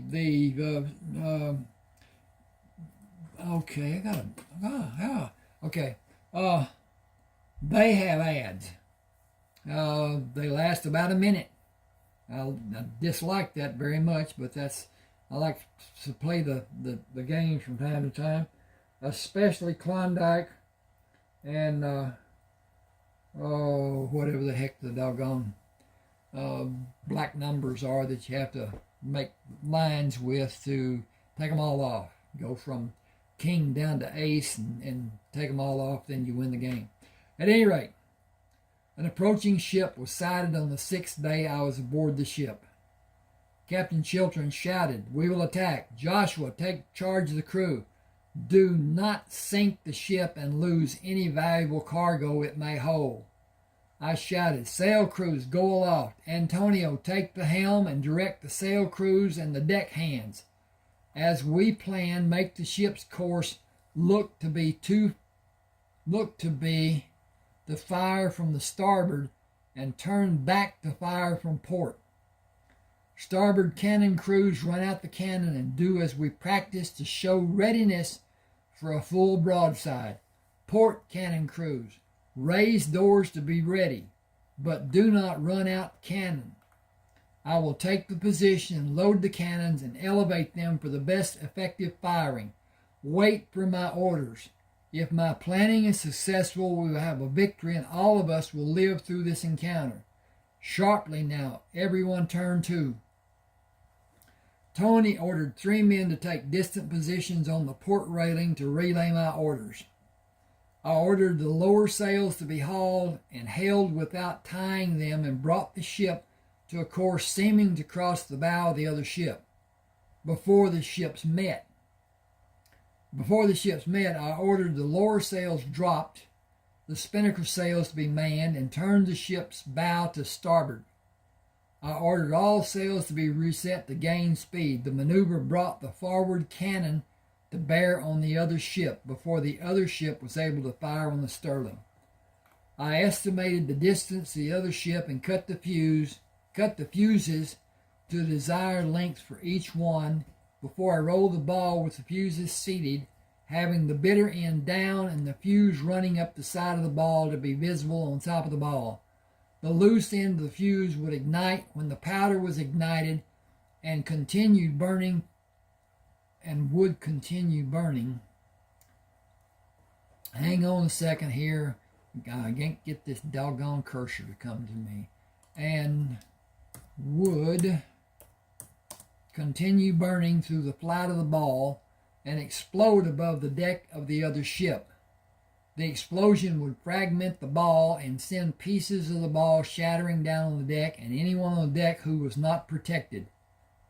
The first ball exploded over the main deck forward of the first mast, while the second shot exploded over the center of the ship. The third shot I fired held less powder and went into the first gun port of the other ship. The explosion was meant to kill and disrupt the gun crews defending against the attack by the Sterling. Again, I fired a shot which detonated farther back of the center of the main deck and was followed by an explosion over the aft region of the deck. I shouted, "Grappling hooks, stand ready and be prepared to board." Captain Chiltern ordered several men to board the other ship to dispatch all survivors. The defense of the other ship was intense in its beginning, with 7 of the Sterling crew killed before the boarding party told Captain Chiltern the ship was secure. As I came on the deck, Captain Chiltern called me. "Pick 4 men to go with you and look for the items you want. The crew will bring the valuable and useful items before the ship is sunk."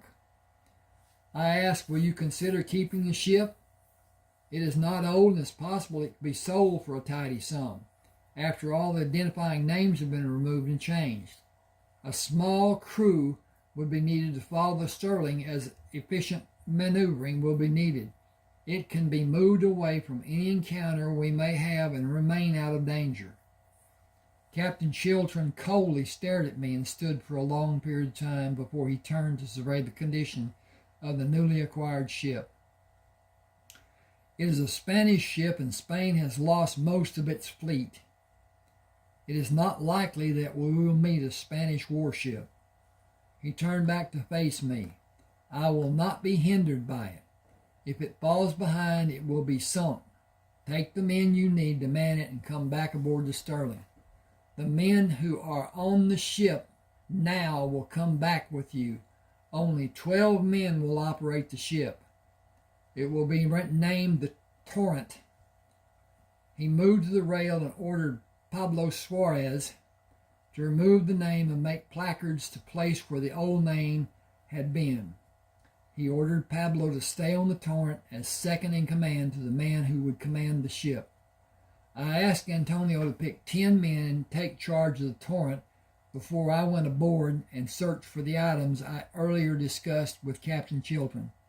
I found a large 2-edged dagger and placed it in the scabbard I strapped to my back under the loose blouse.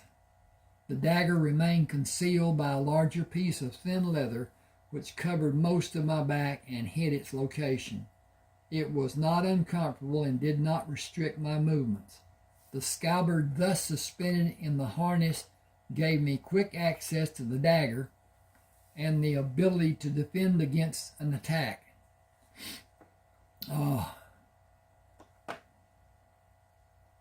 Hang just a second. It was small S-M-A.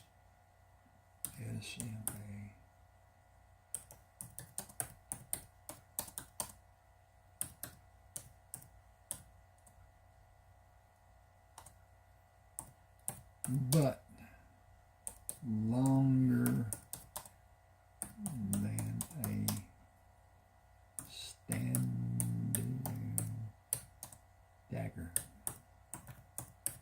Okay, now then, I think it needed a little explanation of what it was. The ability to defend against an attack. It was smaller than a sword, but longer than a standard dagger. I was certain Captain Chiltern would not allow me to keep a threat such as it presented. Abraham Silverton met me as he came onto the deck. "Captain Chiltern wants you back on the Sterling. He did not see you split off from the others. I think it is downright funny. He isn't a dither about you disappearing. Better walk slow and talk soft and slow." I hid my smile. "By your speech, I guess you'd be an American." "Right as rain. Can't wait to get back home. I was told the Sterling would go there just to get me to sign on. The whole kit and caboodle are nothing more than a pack of lying thieves. Lying thieves. I said we will talk later when the chance occurs.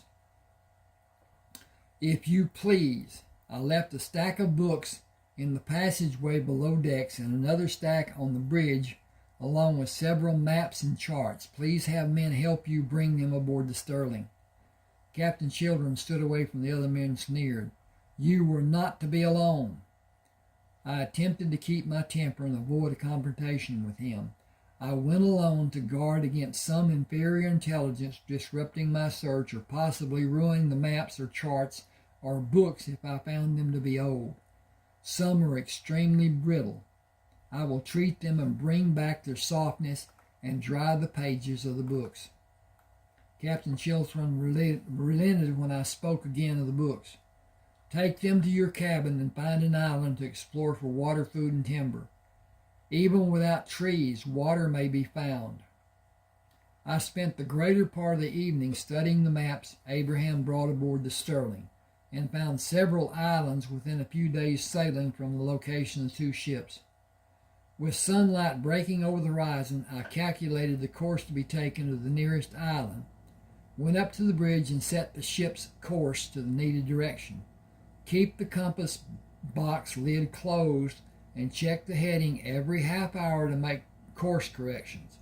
I will come back in an hour to check the progress of the ship. Use the position of the sun as a reference to maintain the correct course. This ship is several days away from our destination, and course correctness is not as necessary as it will be tomorrow. Even more diligence will be needed the following day. We are going to an island which is not known to anyone aboard this ship. On the morning of the third day, after the taking of the Torrent, land was sighted. I maneuvered the ship around the island until a sheltered cove was discovered and moved to stand facing Captain Chiltern. 2 boats put in the water will be able to go in and survey the area. A looking glass is needed to observe the area around the cove and determine if a danger may exist. I am the best man aboard this ship to do that task. I have training and abilities that no other man possesses, not even as much as a tiny degree. I will keep the crew members safe and be able to assess the conditions and determine how the ship's needs may be best served. I doubt that another man has seen an alligator or snake the size of which may be on the island. None will be able to detect quicksand as I am able. None will successfully explore the dense forest or be alert for dangers as I will. This is not a task for a weak-hearted man or one who will not follow my instructions to the point of helping the venture to be successful. None are able to travel through the trees as I may be able. I will pick men I believe be trusted and fill water casks first, if it is possible. I believe the lagoon is fed from a stream which empties into it. The water is less opaque near the shore on the right side. I looked at it as we came around while I was aloft in the observation station. If you are not agreeable to my taking 20 men to the cove, be aware that none of your crew may come back, and it may mean the loss of 2 boats and possibly several crewmen, if not all 20 of them. Oddly, I believe you are right. These black hearts are not suited to begin the task you have described. I will lower 1 boat from this ship and 1 boat lowered from the other ship. As you said, water is first need for both ships. The boats will both carry 10 men and 10 casks. When the casks are filled, leave 8 men on shore, and the other 12 will row the boats back to the ship the boat belongs on. 3 or 4 trips should fill the barrels and have the casks full too. I asked, do you have trinkets that glisten and shine, bracelets or necklaces? Captain Chilton said, none I want to give away. They are all precious stones. I said, I will row to the Torrent and go aboard to retrieve the items I saw when I was rummaging for the other items I brought back to ship. The necklaces with precious stones and bracelets are wasted on natives.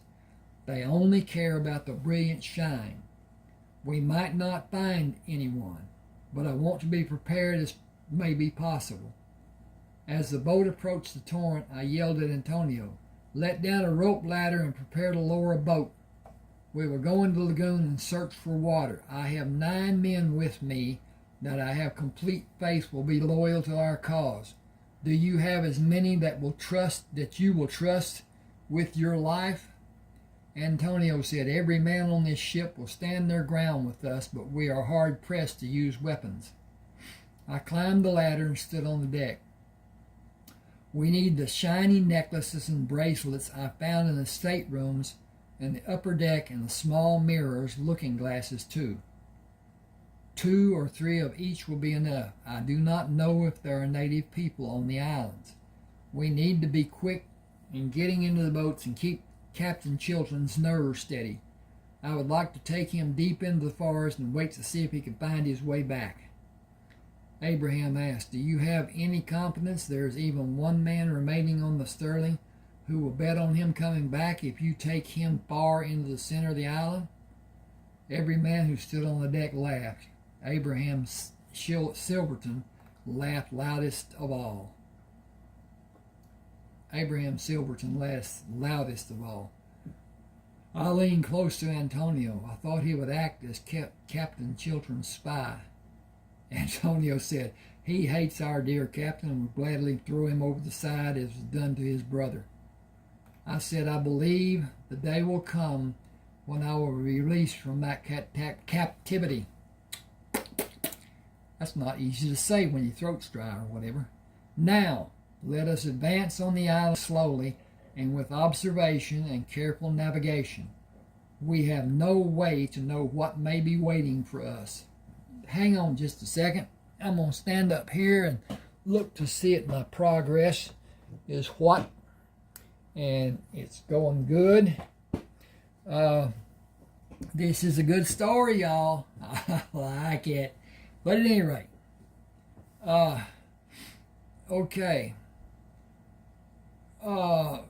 Antonio, Captain Chilton ordered you to command the second boat and bring water back to the torrent until the barrels are all full and the casks are also. Abraham, you are ordered to stay aboard. I am sorry you will not be allowed to go with us, perhaps tomorrow. Abraham said, "You can deal with the natives and wild animals, and I will gladly stay right where I am."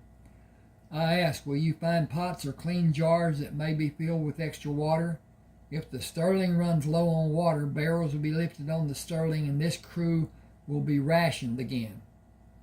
I was surprised when Captain Chilton did not order men to count the water barrels. "I hope you have hidden several."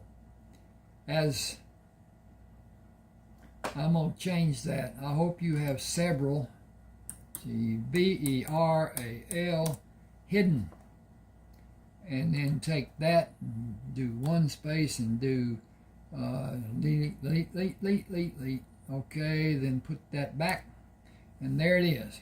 I hope you have several hidden, as there are more here than on the Sterling. I will tell him some of the water barrels have leaks if it requires more time to fill them than the time the Sterling takes. We will fashion bows and arrows if we find the proper wood. There will not be arrowheads sufficient to hunt with, but we might take small animals. It will be tomorrow before we will have enough time to hunt and cook the game we may find. If we find signs of abundant animals, we will set snares to capture them. The problem I have is not knowing how long Captain Chilton will allow us to stay here. If we find natives on the islands, we will try to communicate with them. I will not stand idly by while the women are raped and disease is introduced to those people or they are murdered. I will try to warn them. If we are able to fill... Who's saying this? Because he just ended. If we're able to fill the water... Okay, I'm thinking this is Antonio. No. Think. Okay, I need to change this so it's not. Okay. Same, he's still speaking. If we're able to fill the water barrels and find trees small enough to fashion the needed mast and spars for the foresails, I believe Captain Children will be satisfied and leave to search for more plunder. I believe it is only a matter of time before the ship encounters a bigger pigeon than the Sterling crew can pluck. I believe it will be a ship of the line from Spain, and I believe it will be able to take the Sterling away from the battle. Not by running away, but by... I believe I will be able to take the Sterling away from the battle. Not by running away, but by drifting away, and when the distance is between the ships, set sails and run. I have a plan to have all of you on the Torrent, as it will be ready to become an attack ship. You must exhibit true togetherness and expertise in fighting for Captain Chiltern to allow it to happen. The Torrent will never be given the ammunition to enter a battle, which works to perfection because you will all be away from the fracas and you will all remain safe. Antonio asked, do you have the gift of sight? I am of the blood of Nile, from both my mother and my father. Captain Chiltern will die in battle soon. I will kill all the men who come against me and take the Sterling to meet the Torrent, far away from the battle which will rage on long after I move the ship away from the area. We will all go to America, but not soon. We will exercise patience and wait for the proper time to come. I will have 2 sons who will have gifts far beyond my own ability. My daughters will not possess the gifts in the manner my sons will. This group of men and others will go to America and disperse. Some will seek a better life west of my home in South Carolina. Some will continue having a life at sea and a life on land too. Some will stay with me. I do not have the gift in a manner being as strong as my mother had. I see scant scenes that come to the forefront of my mind and fade away. I have seen Captain Chiltern die many times, always the same scene in the same manner. Men will come to help me handle the ship after he dies, and I will be able to move the ship away from the battle. I know not from where they will come, but I believe from the depths of the Sterling. It is not clear for me, and I do not ever attempt to force it. Excuse me just a second. I need some stuff. I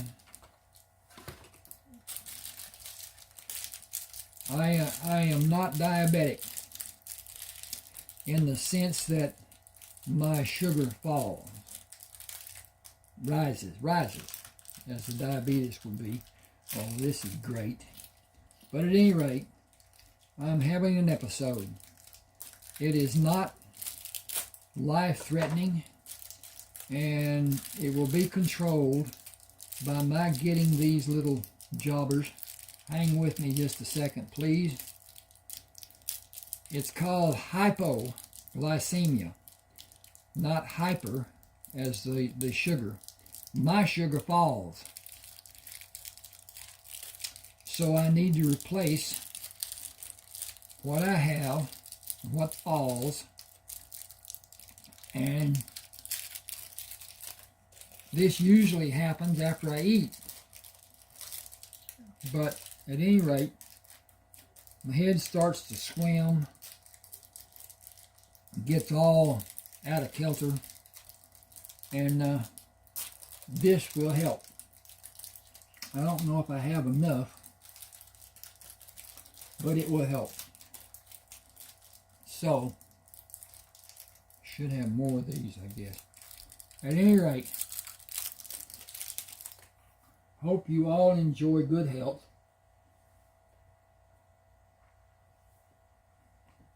I'm already returning to what would be normal for me.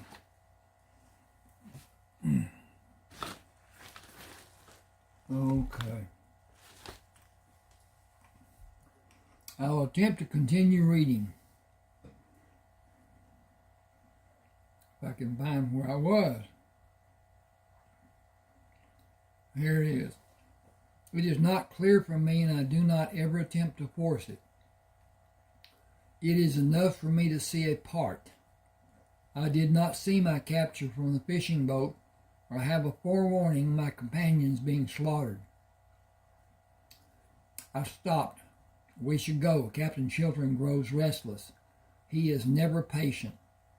It will be his downfall in the end. Every man in the crew of the Sterling, save me, will be killed on the ship or die in the water.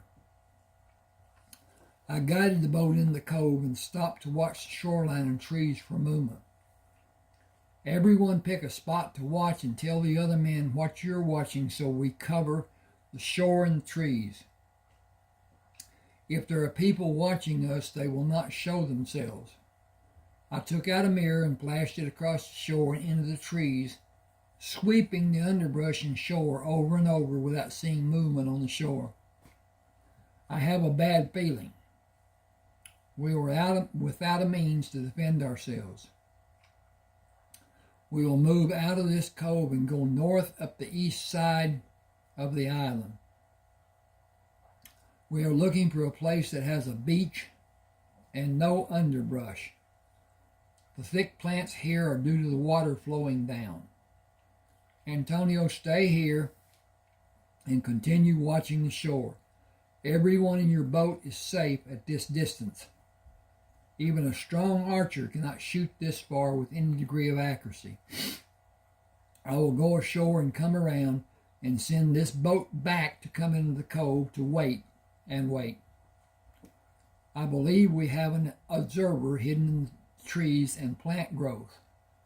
I do not believe anyone in our party is in any way threatened. Only a short distance from the cove, they found a rocky shoreline with a sandy beach and sparse trees. Okay. Oh, we, not they. Only a short distance from the cove, we found a rocky shoreline with a sandy beach and sparse trees. I moved out of the boat onto the rocks, stood in the sand for several minutes, and said, "Stay here. I will come back in a few minutes." Someone followed us and is watching from the cover of the trees. I moved out of the sand on the beach into the trees and stopped. "Do you speak English?" The man did not answer. "Hablas en español?" I detected a slight movement behind the trees. "We mean you no harm. Queremos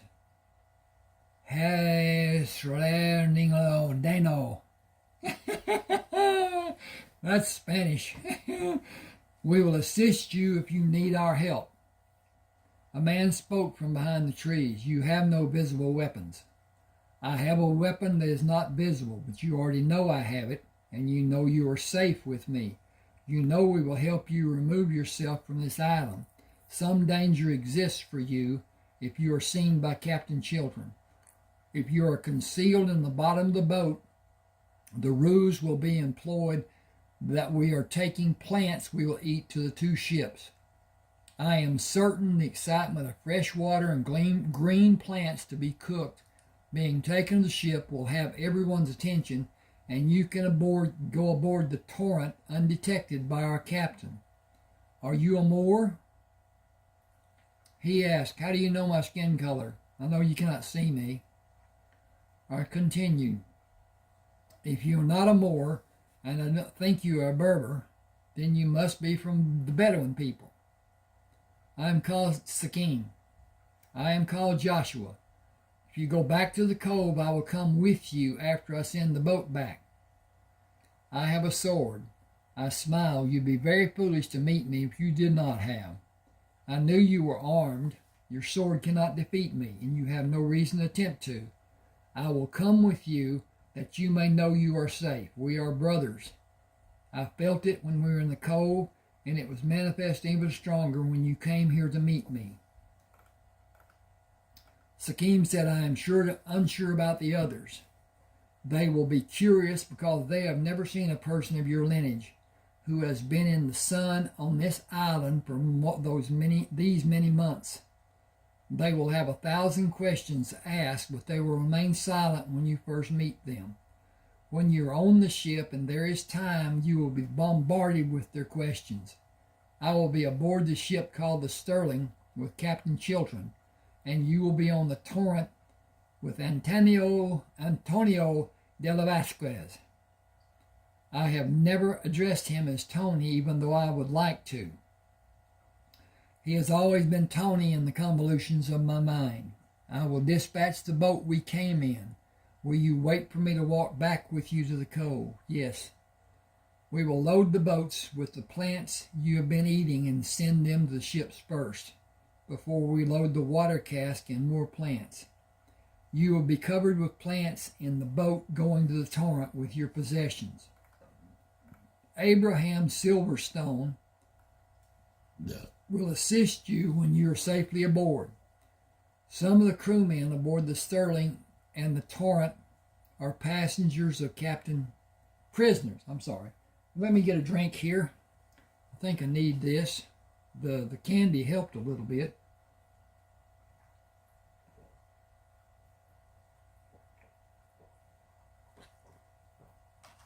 This is Pepsi, so it's got some sugar in it, but it's not a help as much as what sugar is. Sugar. Okay. Abraham Silverstone will assist you when you are safely aboard. Some of the crewmen aboard the Sterling and the Torrent are prisoners of Captain Chiltern. I believe it will not be long before we are free men again, but aboard a ship will serve you better than staying on... Okay, hang just a second. I got to change this. Being aboard a ship will serve you better than staying on this island. I need to click a couple of buttons here. Hit that save as. Do it as download. And is that all? No, yes, that's super plenty. Okay. All right. Thank you. I instructed the men on the boat to return to the cove and walk back with Sakim. Ding, ding, ding, ding, ding. Missed a period. I told him about my capture and life aboard the Sterling and about the undertaking of procuring water and timbers for mast and spars to assemble the spinnaker sails. I cautioned Sakim to remain hidden aboard the Torrent, especially from the men in the lookout station high above the deck of the Sterling. I moved through the underbrush to stand on the shoreline. Antonio, will you please swim to shore? You will find the water to be brackish when you enter it and almost fresh when you reach the shore. As Tony pulled his body out of the water, I said, I have always had the strongest desire to call you Tony. Is that acceptable? I believe Tony would be a more suitable name for you to use when we are in America. I will be honored that you regard me in such a manner that you feel compelled to give me a name of your own choosing. I believe I will be able to recognize it as me that people will call Tony. I smiled. There have not been many who I considered worthy of being close to me. We share a kinship.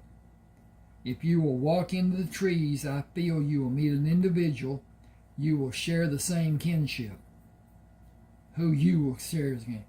His name is Sakim, and he's truly unlike any man I have ever had the pleasure of meeting. Our lives will be blessed and enriched because we share so much.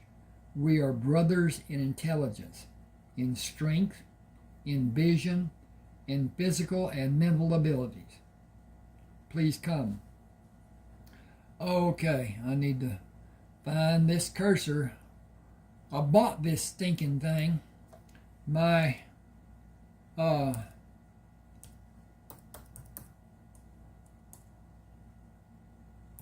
do that. Okay, there you go. All right. At any rate, Chinese, and the doggone directional pad in the middle Didn't work very well on the right side to start with. Then it didn't work very well on the left side. Then it quit working altogether. So I had to get a mouse, have it plugged in, which is inconvenient, and use the mouse to direct the cursor. The cursor stinks. At any rate, that's my problem. Please come. Tony moved by me and disappeared. Okay, that shouldn't be please come.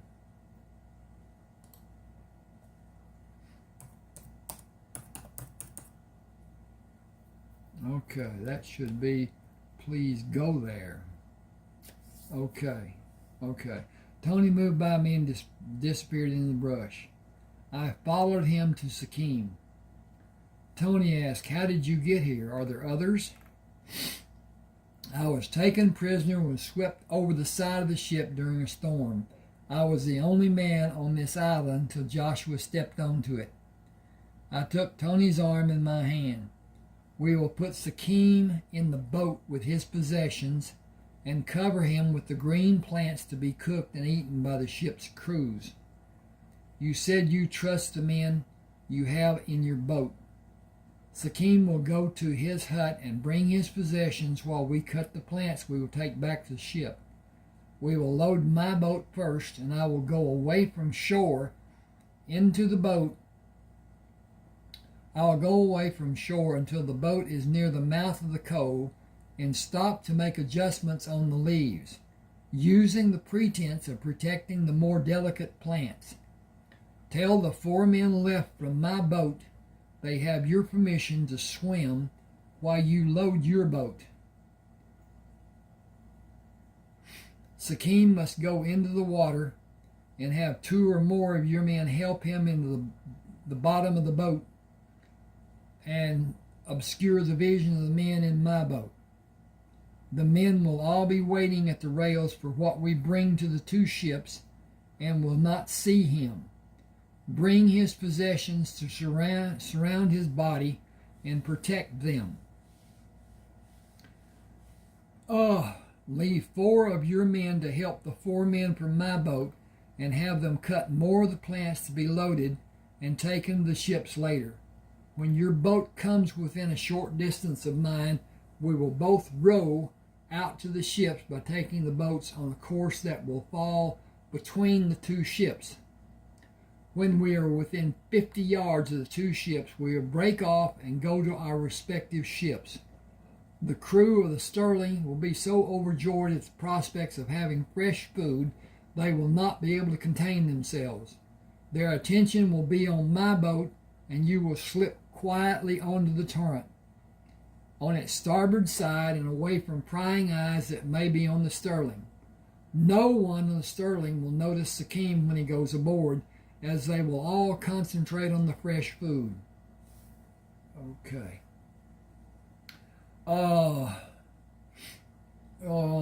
Fresh food. I will tell Captain Chiltern of the water and the newly cut plants, and I will ask him to lower another boat to harvest the trees needed to construct the spinnaker sails. Saws and axes will be needed, and the original boats will be busy bringing the plants and water to the 2 ships. He turned to Sikkim. What must be done to keep the plants fresh? Store them out of direct sunlight. Put a cloth under the stack of leaves and sprinkle fresh water over the stack to keep them moist during the day. Sprinkle them twice during the night and when you need protection from the heat of the sun. They will not wilt for a week or as many as 10 days, if efficient care is given and they are shaded from the sunlight.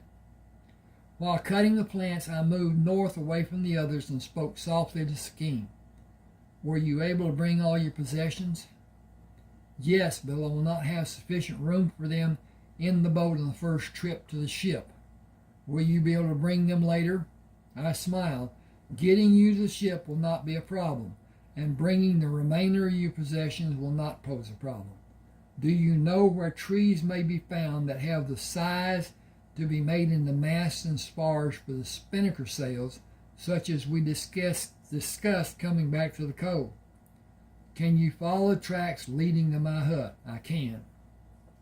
Trees such as you want are plentiful. If you turn northeast before you get to the hut. I had a fire before I retrieved my belongings. When you detect the odor of smoke, make the northeast turn. I had no fire for many weeks after I came on the island until a lightning strike caused a fire. I nurtured the fire day and night since that time. It is an old habit. I said the smell was the sign that triggered my believing you were here and the physical presence I felt. I stopped the boat near the mouth of the cove and slowly moved a larger leaf to cover smaller ones, then had a man who was able to follow my lead do the same through the 6 sections of the boat. His actions allowed time for Sakine to be placed in the boat. The boat was loaded and rowed out to my location. I smiled when Tony reacted and returned the nod of my head and signed with a single thumb up. Captain Chiltern stiffened and shouted at me when he was able to see the green plants stacked high in the boat. You found no water? I waited until the boat closed on the Sterling. There is water in plentiful amounts and trees of all sizes. I will speak about it when I come aboard. Captain Chiltern was livid. Why did you not bring water? I commanded you to bring water. I hesitated a few seconds to stifle the desire to lash out at Captain Chiltern and watch the sternness slowly leave the captain's face. I considered the morale of his crew, the excitement of the men when they saw the food in the boats warranted that judgment. We will make several trips to bring back food once the ships have been moved closer to the coal. Another boat and crew are needed to cut the trees for the spinnaker sails. Tools to cut the trees are also needed. Rigging is required to place the timbers once they have the bark removed and they have been treated. I have 8 extra men on the island cutting plants to bring aboard.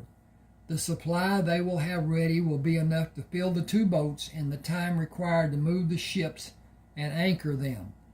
Water, plants, and timbers will be aboard before nightfall, and the ships will be able to get underway. May I suggest rigging spinnaker sails for the Torrent, as the ship will not be able to match our speed under full sail? Yes, with only the crewmen that are on the ship now doing the labor. I said with the new sails set in place, 4 more men will be required to handle the sails, and if more men are on the Torrent, food and water consumption will be less for the Sterling. Captain Chiltern looked questioning at me and did not answer for the longest time before he said, I see the reasons you might want more men on the Torrent and less men on the Sterling. Beware of your actions. If there is any indication of maneuver to take over the Sterling, I will have you thrown over the side and sink the Torrent. Only the slightest indication will cause those 2 things to happen, accident or otherwise, intended or not. I will take great pleasure from watching it being done. I remained stoic in my expression when Captain Chiltern said, move 12 men to the Torrent after the ships have been loaded. I hurried to the boat to meet Tony in the shallow water of the cove. I hurried to the boat to meet Tony. Pull on the oar and bring your boat near this one. You will have 21 men as a crew on the Torrent. That is an ample crew of capable men. I will pick to be certain. This is chapter 3. I don't remember passing chapter 2. Okay. I don't know if I'm going to make 3 of them. No, probably not. With the sails in place aboard the Sterling and Torrent, Tony was forced to lower the aft spinnaker sails to avoid overtaking the Sterling. I was able to see the sails taken down and waited to see if the Torrent fell behind. I was delighted when Tony lowered the smaller forward spinnaker sail and the Torrent kept pace with the Sterling. The second day after the ships left the island, the lookout sighted a ship sailing in a direction that would cross in front of the Sterling. It was overtaken by the Sterling when it changed course and and to sail parallel to the Sterling. A man stood at the railing holding a white flag streaming in the breeze. He shouted when the ships are closer, "Do you have a doctor? There is sickness on this ship.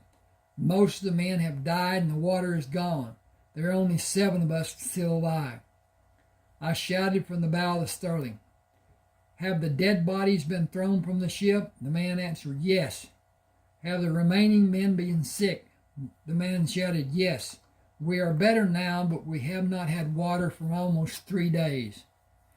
I moved to the rail of the forecastle and spoke to Captain Chiltern. "The men aboard that ship do not pose a threat, if what the man said is true. If it is true, I will have the cannon ready. If it is not true, I'll have the cannon ready to fire on the ship and sink it. It is not flying a flag I recognize. If it is a privateer ship, it may have a valuable cargo or even treasure. The men left on the ship are not ill and show no signs of being contagious and able to pass the disease to other men. I would send 1 man to be assured of the number of men aboard the ship. I believe they suffered from lack of drinking water and ate food that made them ill. Without medical care and abundant water, they would have surely died." What is the meaning of the word contagious? It is having the ability to make another person ill by transferring germs. I leaned over the rail and lowered my voice. "Send the man you wish was not in the ship's complement and leave him on the ship until it is established that there's no disease to be contracted. It will be a waste. It will not be a waste, will it?" I saw the captain's expression. Why has that got a problem? I don't know. Oh, it thinks it needs to be different. I'm gonna change this just so it'd be satisfying for somebody. Okay. CH.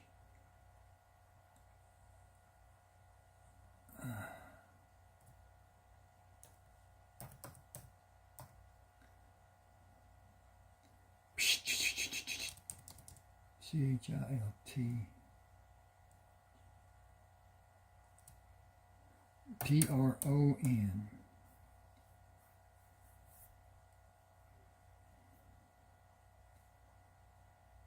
I saw Captain Chiltern change his expression from the sternness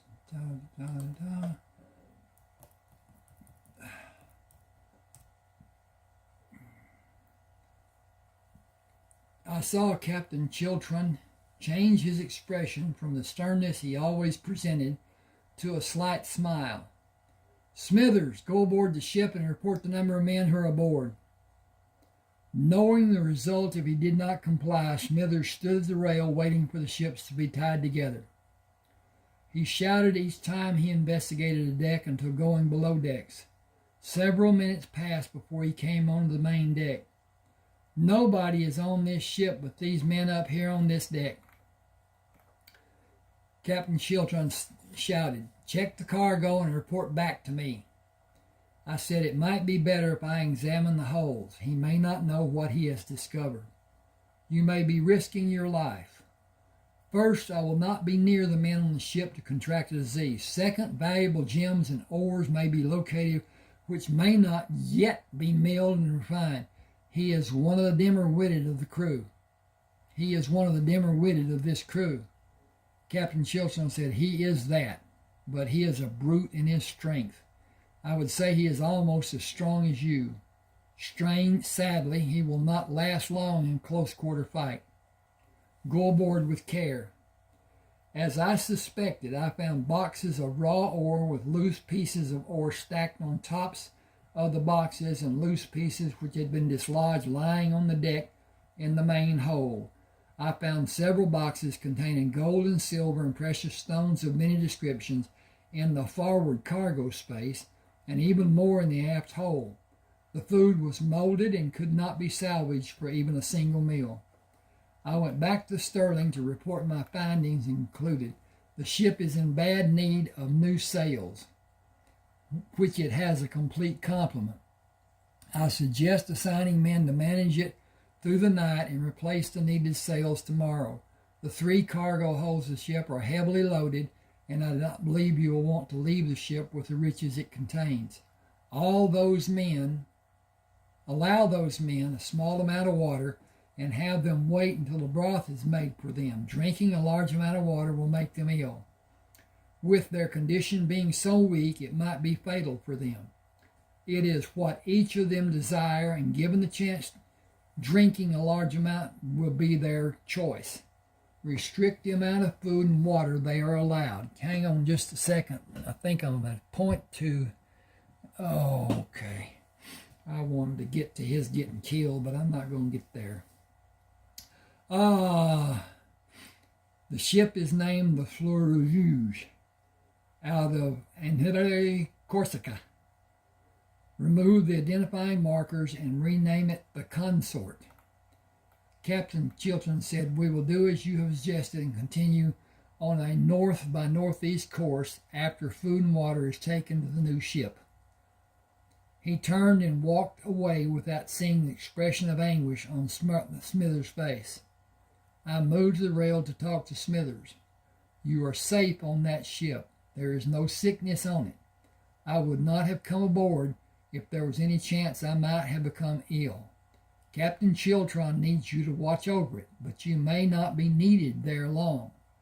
Other men will bring water and food from the Sterling for you, and the men who are with you on that ship. You will not be without men you know from this ship. Smithers said, you're taking care of me, aren't you? I smiled. Yes, I am taking care of you. He thought, I may have developed a protector in Smithers. I need to be aware of his actions because his protecting me could end badly for him. Sails were placed on the consort where they were needed, except the spinnaker sail due to the size of both edges of sail. Neither the consort nor the Sterling had canvas large enough to make a full sail for the spinnaker sails. Small sails were fixed to the mast instead.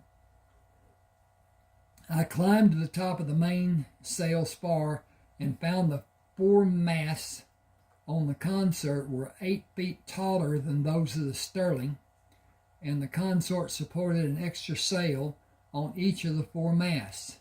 I turned to look at the masts on the Torrent. The same was true of its mast. Even when I was able to see the Torrent was a faster ship than the Sterling, I did not look for the reason why. I was delighted it was faster, and I was constantly on guard to quell Captain Chilton's anger at one of the crewmen was continually worried I would be judged harshly by the captain and also thrown over the side. My one thread of hope, if that happened, was that Tony would pull me from the water and I would be on a faster ship than Captain Chilton could had. The downside was that the cannonballs and powder had been taken from the Torrent to the Sterling. The Torrent had no means of defending against the attack of another ship. Consort had a full complement of powder and cannonballs. I was certain the Consort would also be faster than the Sterling, but the weight of the cargo aboard it might slow its speed. I straightened my back. When I noticed the set of sails on the Torrent, they were slipping more wind than normally needed to stay in an equal pace with the Sterling.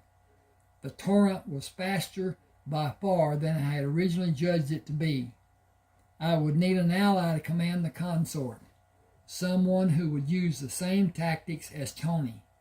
I went down to the deck and walked through the crewmen, talking to several without stopping. In the galley, while pouring a mug of coffee, I missed seeing Stuart Flanders.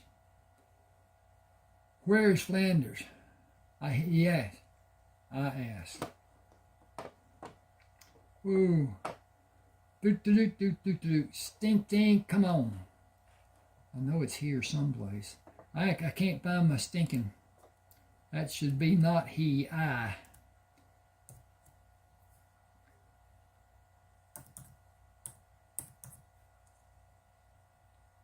Oh, golly dog.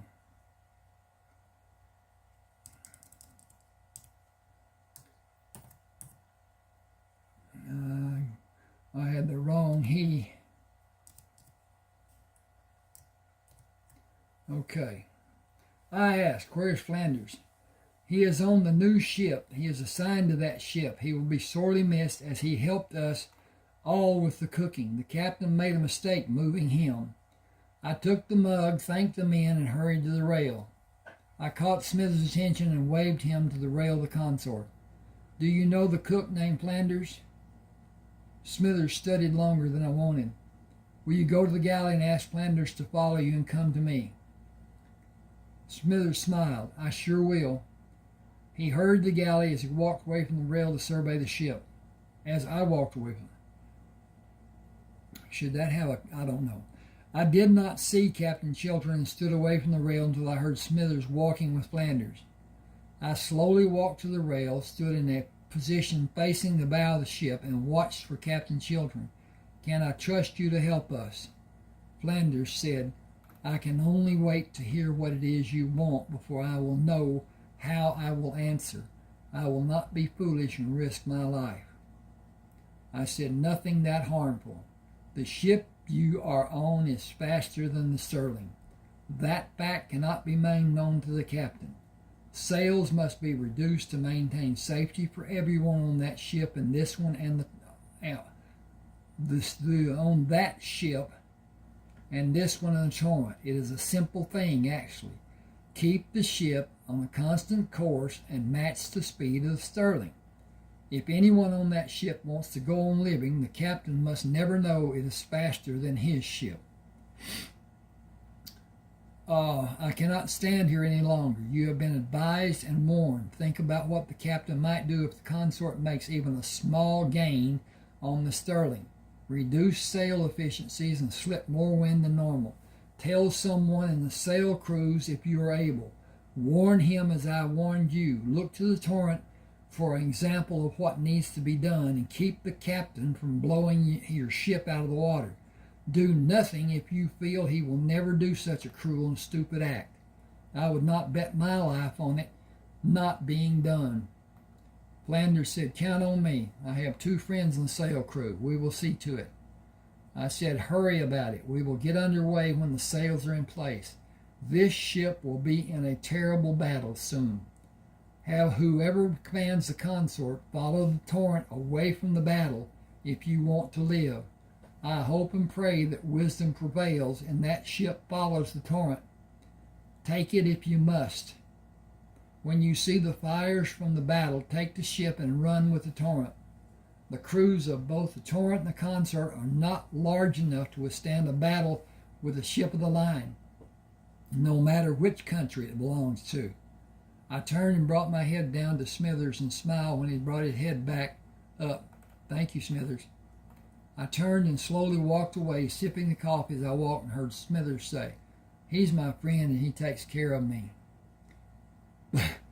Flanders said, I think he's taking care of all of us. For that I am thankful and certainly in his debt.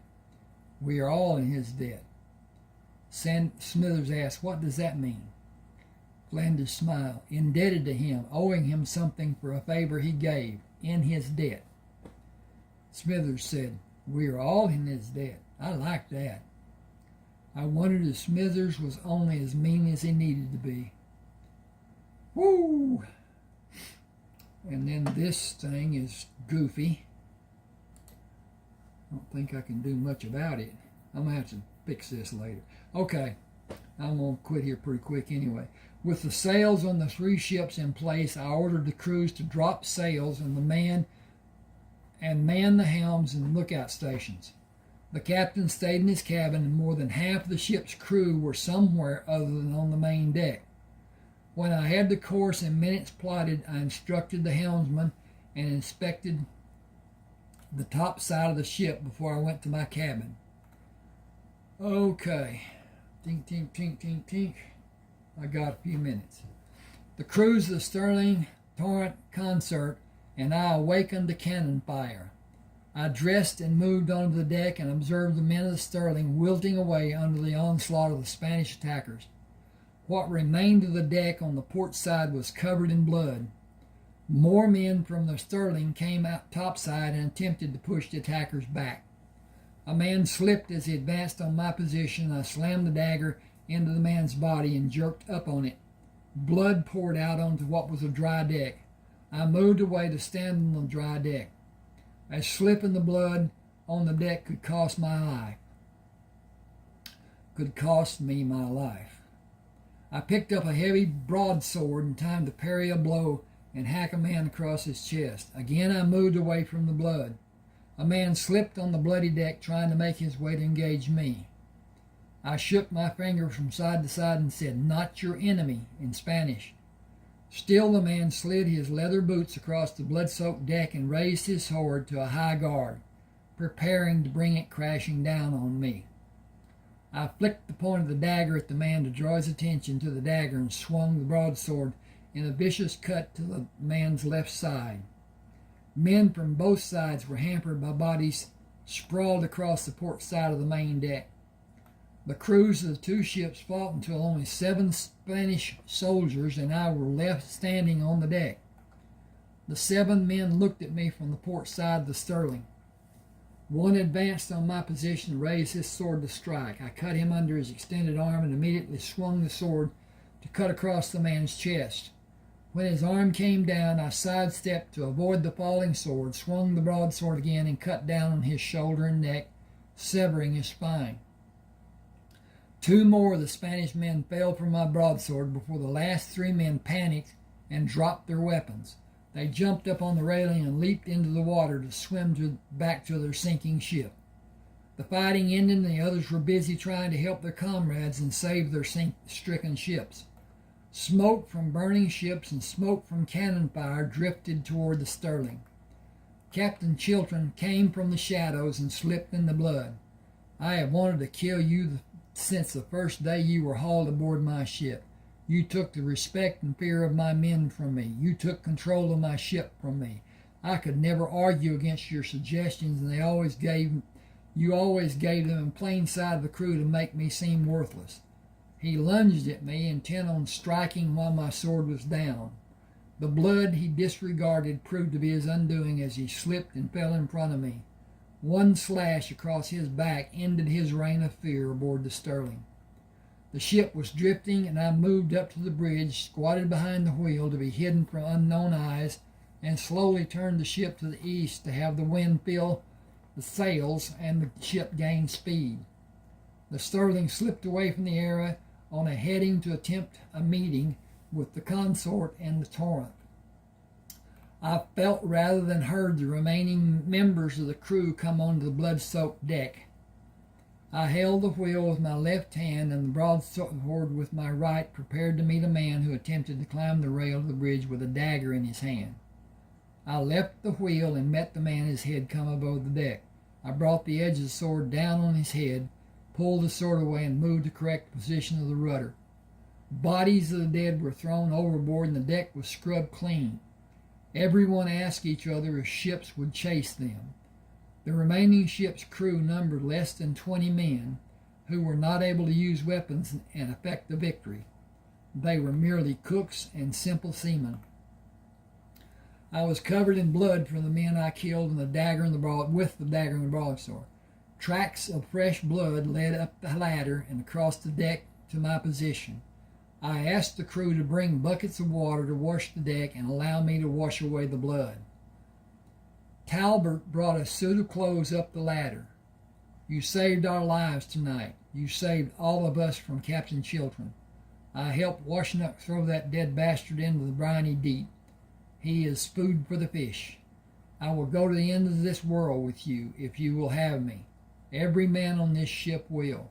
We don't know how to fight, but we were braced for them if they came down the ladder for us. If you need me to do it, I can hold the wheel while you clean yourselves." I said, "By all means, thank you.